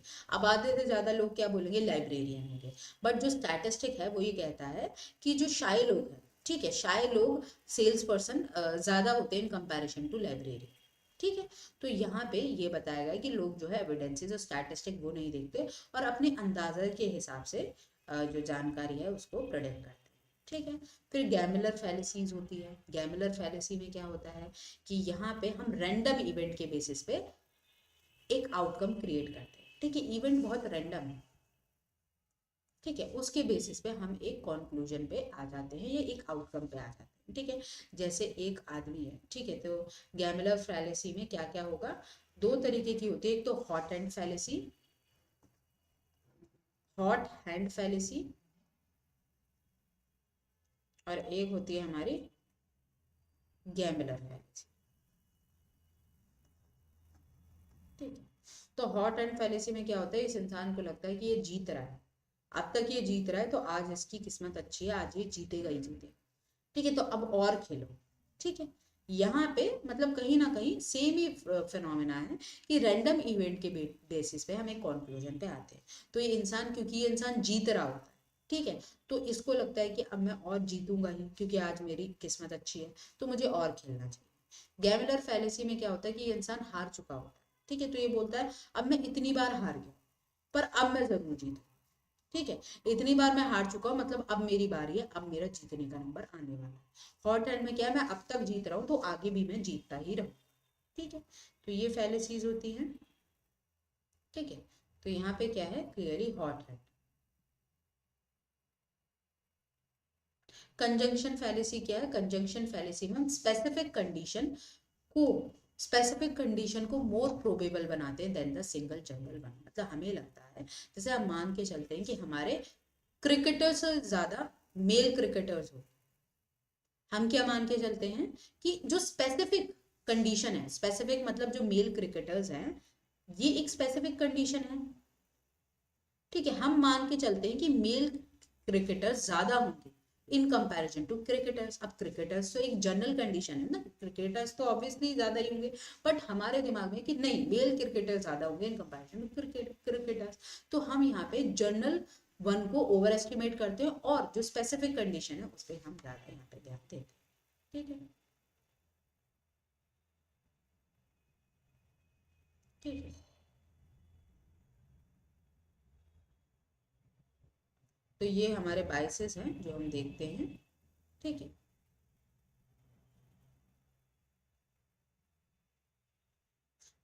हाइंड साइड बायसेस क्या होता है, हाइंड साइड बायसेस क्लियरली हमारा होता है जब हम क्या करते हैं, हम बोलते हैं कि हमने तो ऐसा ही कहा था। ठीक है, कोई जैसे एग्जाम एग्जाम आप दे देते हो, एग्जाम देने के बाद आपको लगता है यार मैं तो फेल हो जाऊंगा, पता नहीं मैंने क्या किया है, क्या होगा मेरा, और जैसे ही रिजल्ट आता है और आप टॉप करते हो तो आप बोलते हो मुझे तो पता ही था कि मैं टॉप करूंगा, मुझे तो पता ही था, मैंने तो कहा ही था मेरे अच्छे नंबर आएंगे। तो बिलीविंग आफ्टर एन इवेंट ऐसा कवर, मतलब जैसे एक इवेंट हो जाता है देन इट वॉज प्रेडिक्टेबल, मुझे तो पता था ऐसे होने वाला है, मुझे पता था करेगा। जैसे कोई बच्चा है एग्जाम की तैयारी कर रहा है तो कोई पड़ोसी अंकल बोलेंगे अरे इसका कुछ नहीं हो रहा, ये नहीं कुछ पास पास करेगा, और जैसे ही वो बच्चा पास कर लेता है, पेपर निकाल लेता है, तो वही पड़ोसी अंकल कहते हैं अरे मैंने तो कहा था, बड़ा होशियार बच्चा है, ये तो जरूर निकालेगा, ये तो जरूर पेपर क्लियर करेगा। तो हाइंड साइड बायस। ठीक है, तो फिर इल्यूजनरी कोरिलेशन, जब दो चीजों में किसी भी प्रकार का कोरिलेशन नहीं होता बट हम उसमें अननेसेसरी का कोरिलेशन फाइंड आउट करते हैं। ठीक है, तो illusionary correlation occur when individual mistakenly perceive a relationship between two unrelated variable. दो चीजों में जब कोई रिलेशन है ही नहीं, ठीक है, कि जैसे बिल्ली रास्ता काट के गई तो अब कुछ बुरा होगा, तो कोई रिलेशन नहीं है। ठीक है, कि विद क्या कहते हैं, विन विद लकी सॉक्स।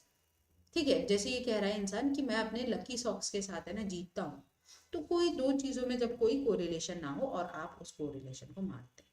ठीक है, फ्रेमिंग इफेक्ट होता है, फ्रेमिंग इफेक्ट कि आप किसी चीज को कैसे फ्रेम कर।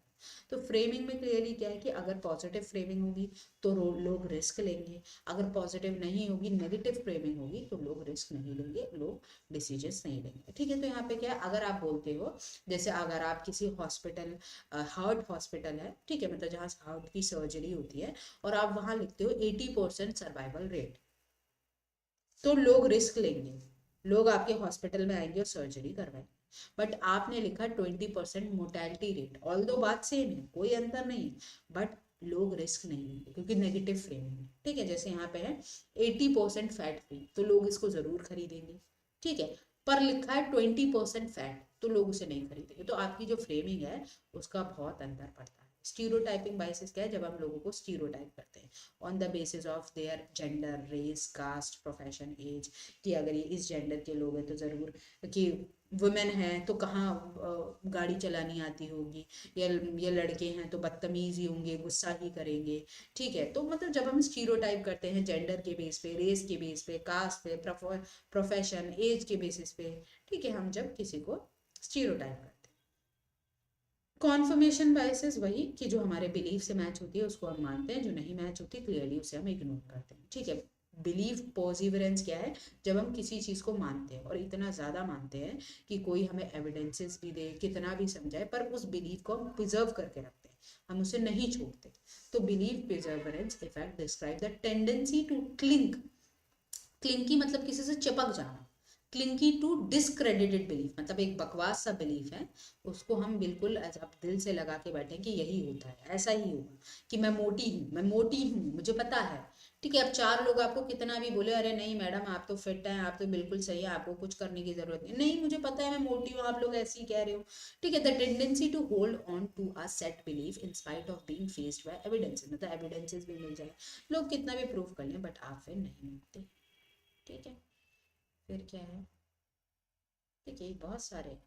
ठीक है, ओवर कॉन्फिडेंस बाइसेस, वही ओवर कॉन्फिडेंस। ठीक है, जब ओवर एस्टिमेट कर लेते हैं अपनी एबिलिटीज को। ठीक है, आपने देखा है पापा भाई लोग चलते हैं, जब कभी कभी कुछ ठीक करने चलते हैं पर उसका बिल्कुल सत्यानाश हो जाता है, तो क्लियरली अपनी अकरेंसी को ओवर एस्टिमेट करते हैं। ठीक है, भाई लोग जैसे मेरे भैया बहुत हैं, कह रहे नेहा मुझे पता, मतलब कभी कभी कि मुझे पता है मैं सही कर रहा हूँ, अरे यार चल मेरे मैंने जो रास्ता बोला है उस पर चल, बाद में पता लगता है कि हम गड़बड़ रास्ते पे पहुंच गए, फिर से वापस आना पड़ रहा है। ठीक है, तो यहाँ पे ओवर कॉन्फिडेंस। ठीक है, false false consensus effect, false consensus effect क्या है, जब हमें लगता है कि जो चीज़ें हमें पसंद है तो दूसरों को तो पसंद भी होगी, कि मैगी मैगी किसको नहीं पसंद होगी यार, कॉफी कॉफी किसको नहीं पसंद आती, वो तो सबको ही पसंद है। बट आपको कोई तो होगा दुनिया में जिसे कॉफी नहीं पसंद होगी, जो कॉफी रोज नहीं पीता होगा, मतलब मुझे तो याद भी नहीं है मैंने कभी कॉफी पी होगी। ठीक है, जैसे मैगी, तो हर कोई को मैगी तो पसंद नहीं होगी, चॉकलेट हर किसी को चॉकलेट तो पसंद नहीं होगी। ठीक है, तो जब लोग ओवर एस्टिमेट करते हैं कि ये तो सभी को पसंद है, ठीक है, तो ऐसा नहीं होता। ठीक है, ठीक है, स्टेटस क्यू बायस, तो स्टेटस क्यू बायस में क्या होता है, जब क्लियरली क्या होता है कि हाँ, जिन लोग जो लोग सफर कर रहे हैं वही उस चीज को सपोर्ट करें। ठीक है, जैसे अगर महंगाई बहुत बढ़ रही है तो मिडिल क्लास सबसे ज्यादा सफर करता है। ठीक है, तो वो ही लोग सपोर्ट करते हैं कि नहीं ठीक है जो है वैसे ही रहने दो, अगर हमने बदलाव के बारे में सोचा या कुछ चेंज करने की कोशिश करी तो क्या पता हमारा इससे भी बुरा हाल हो जाए। ठीक है, the status Q bias refer the preference for maintaining the current condition, जो कंडीशन अभी जो सोसाइटी में कंडीशन चल रही है वैसे ही रहने दो, अगर हमने कोई चेंज किया तो कहीं उससे ज्यादा बुरी हालत हमारी ना हो जाए।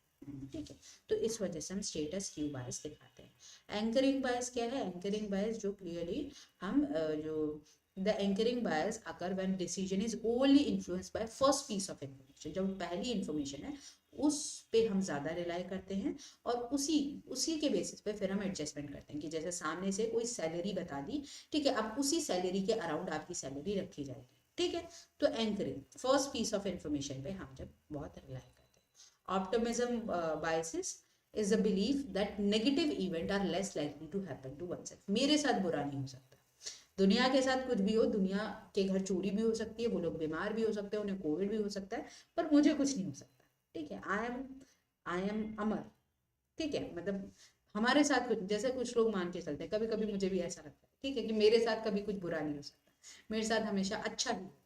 ठीक है, भगवान मेरे साथ हमेशा है तो मेरा कोई कुछ नहीं बिगाड़ सकता, तो ऑप्टिमिज्म बायस है। ठीक है, तो जब कुछ ऐसा हो तो थोड़ा सा सोच के चले कि सेफ्टी आपको भी रखनी है। ठीक है, तो यहाँ पे फिर सिलेक्शन बायसेस हैं। सिलेक्शन बायसेस क्लियरली क्या है कि हेलो इफेक्ट होता है। हेलो इफेक्ट में क्या है, जब हम किसी में कोई एक क्वालिटी देखते हैं और उसके बेसिस पे और दूसरी क्वालिटीज को भी हम एज्यूम कर लेते हैं, कि जैसे अगर कोई इंसान बहुत हार्ड वर्किंग है, ठीक है, कोई बहुत मेहनती इंसान है, ठीक है, ये उसकी क्वालिटी है, इसके बेसिस पे हम क्या सोचते हैं, अच्छा हार्ड वर्किंग है तो रेगुलर तो होगा ही होगा, अरे फिर तो डिसिप्लिन भी होगा, अरे फिर तो इज्जत भी करता होगा, हमारी रिस्पेक्ट करेगा बहुत ज़्यादा, हाँ हाँ फिर तो ये टारगेट भी अचीव कर लेगा। मतलब क्लियरली एक क्वालिटी के बेसिस पे जब हम दूसरी क्वालिटीज को भी एज्यूम कर लेते हैं, ये हेलो इफेक्ट है। ये क्लियरली पॉजिटिव क्वालिटीज की, ठीक है, पॉजिटिव और नेगेटिव, ठीक है।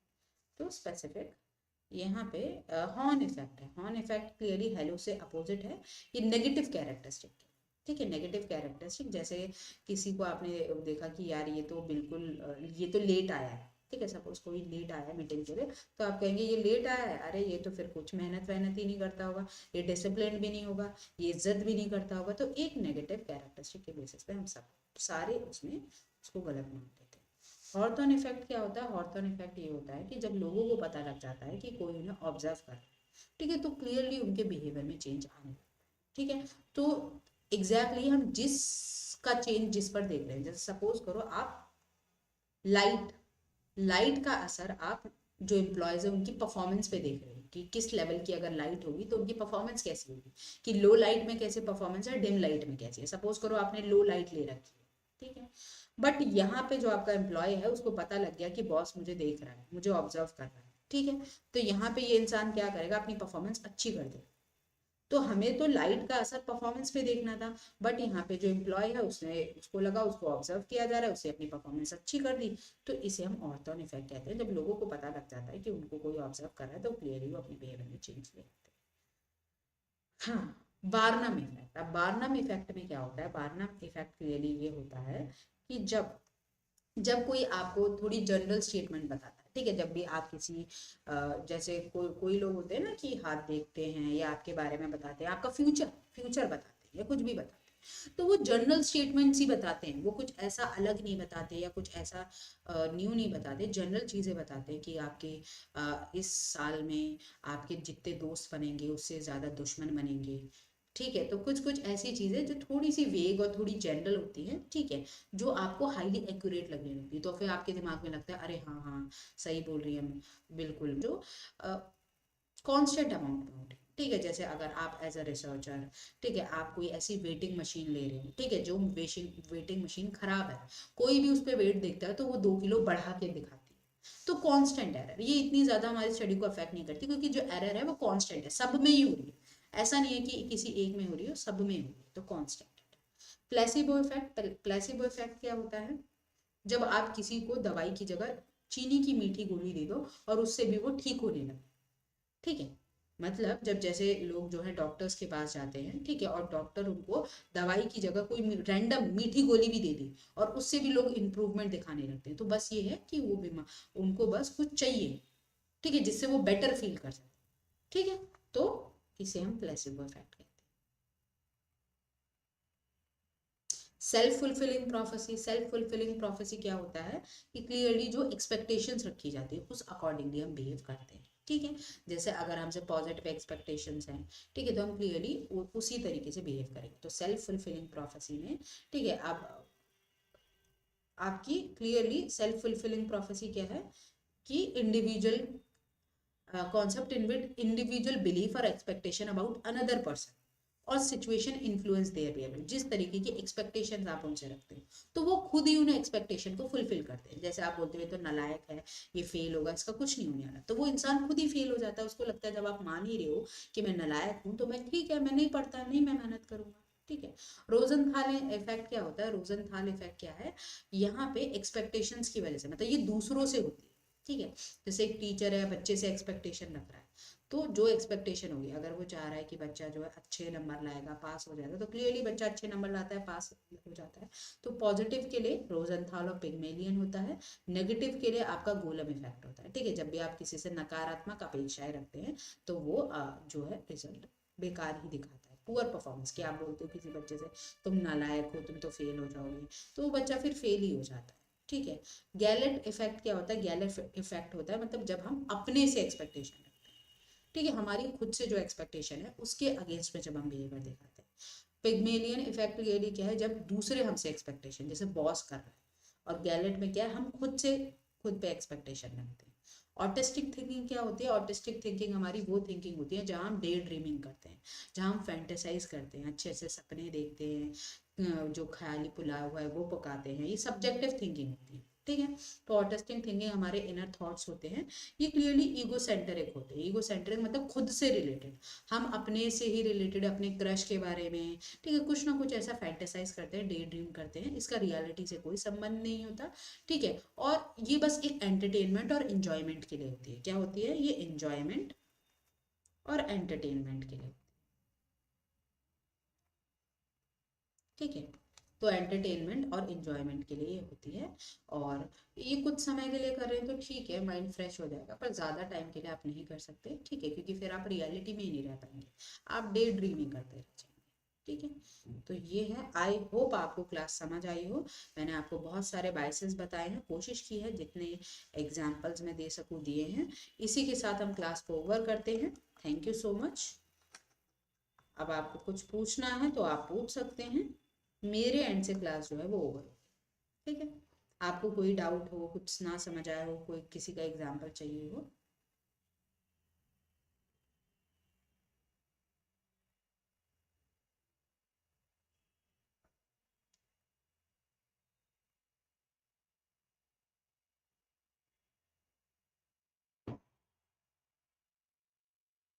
क्लियर है? कोई डाउट, कुछ पूछना है, कोई परेशानी? क्लास को एंड करें आप?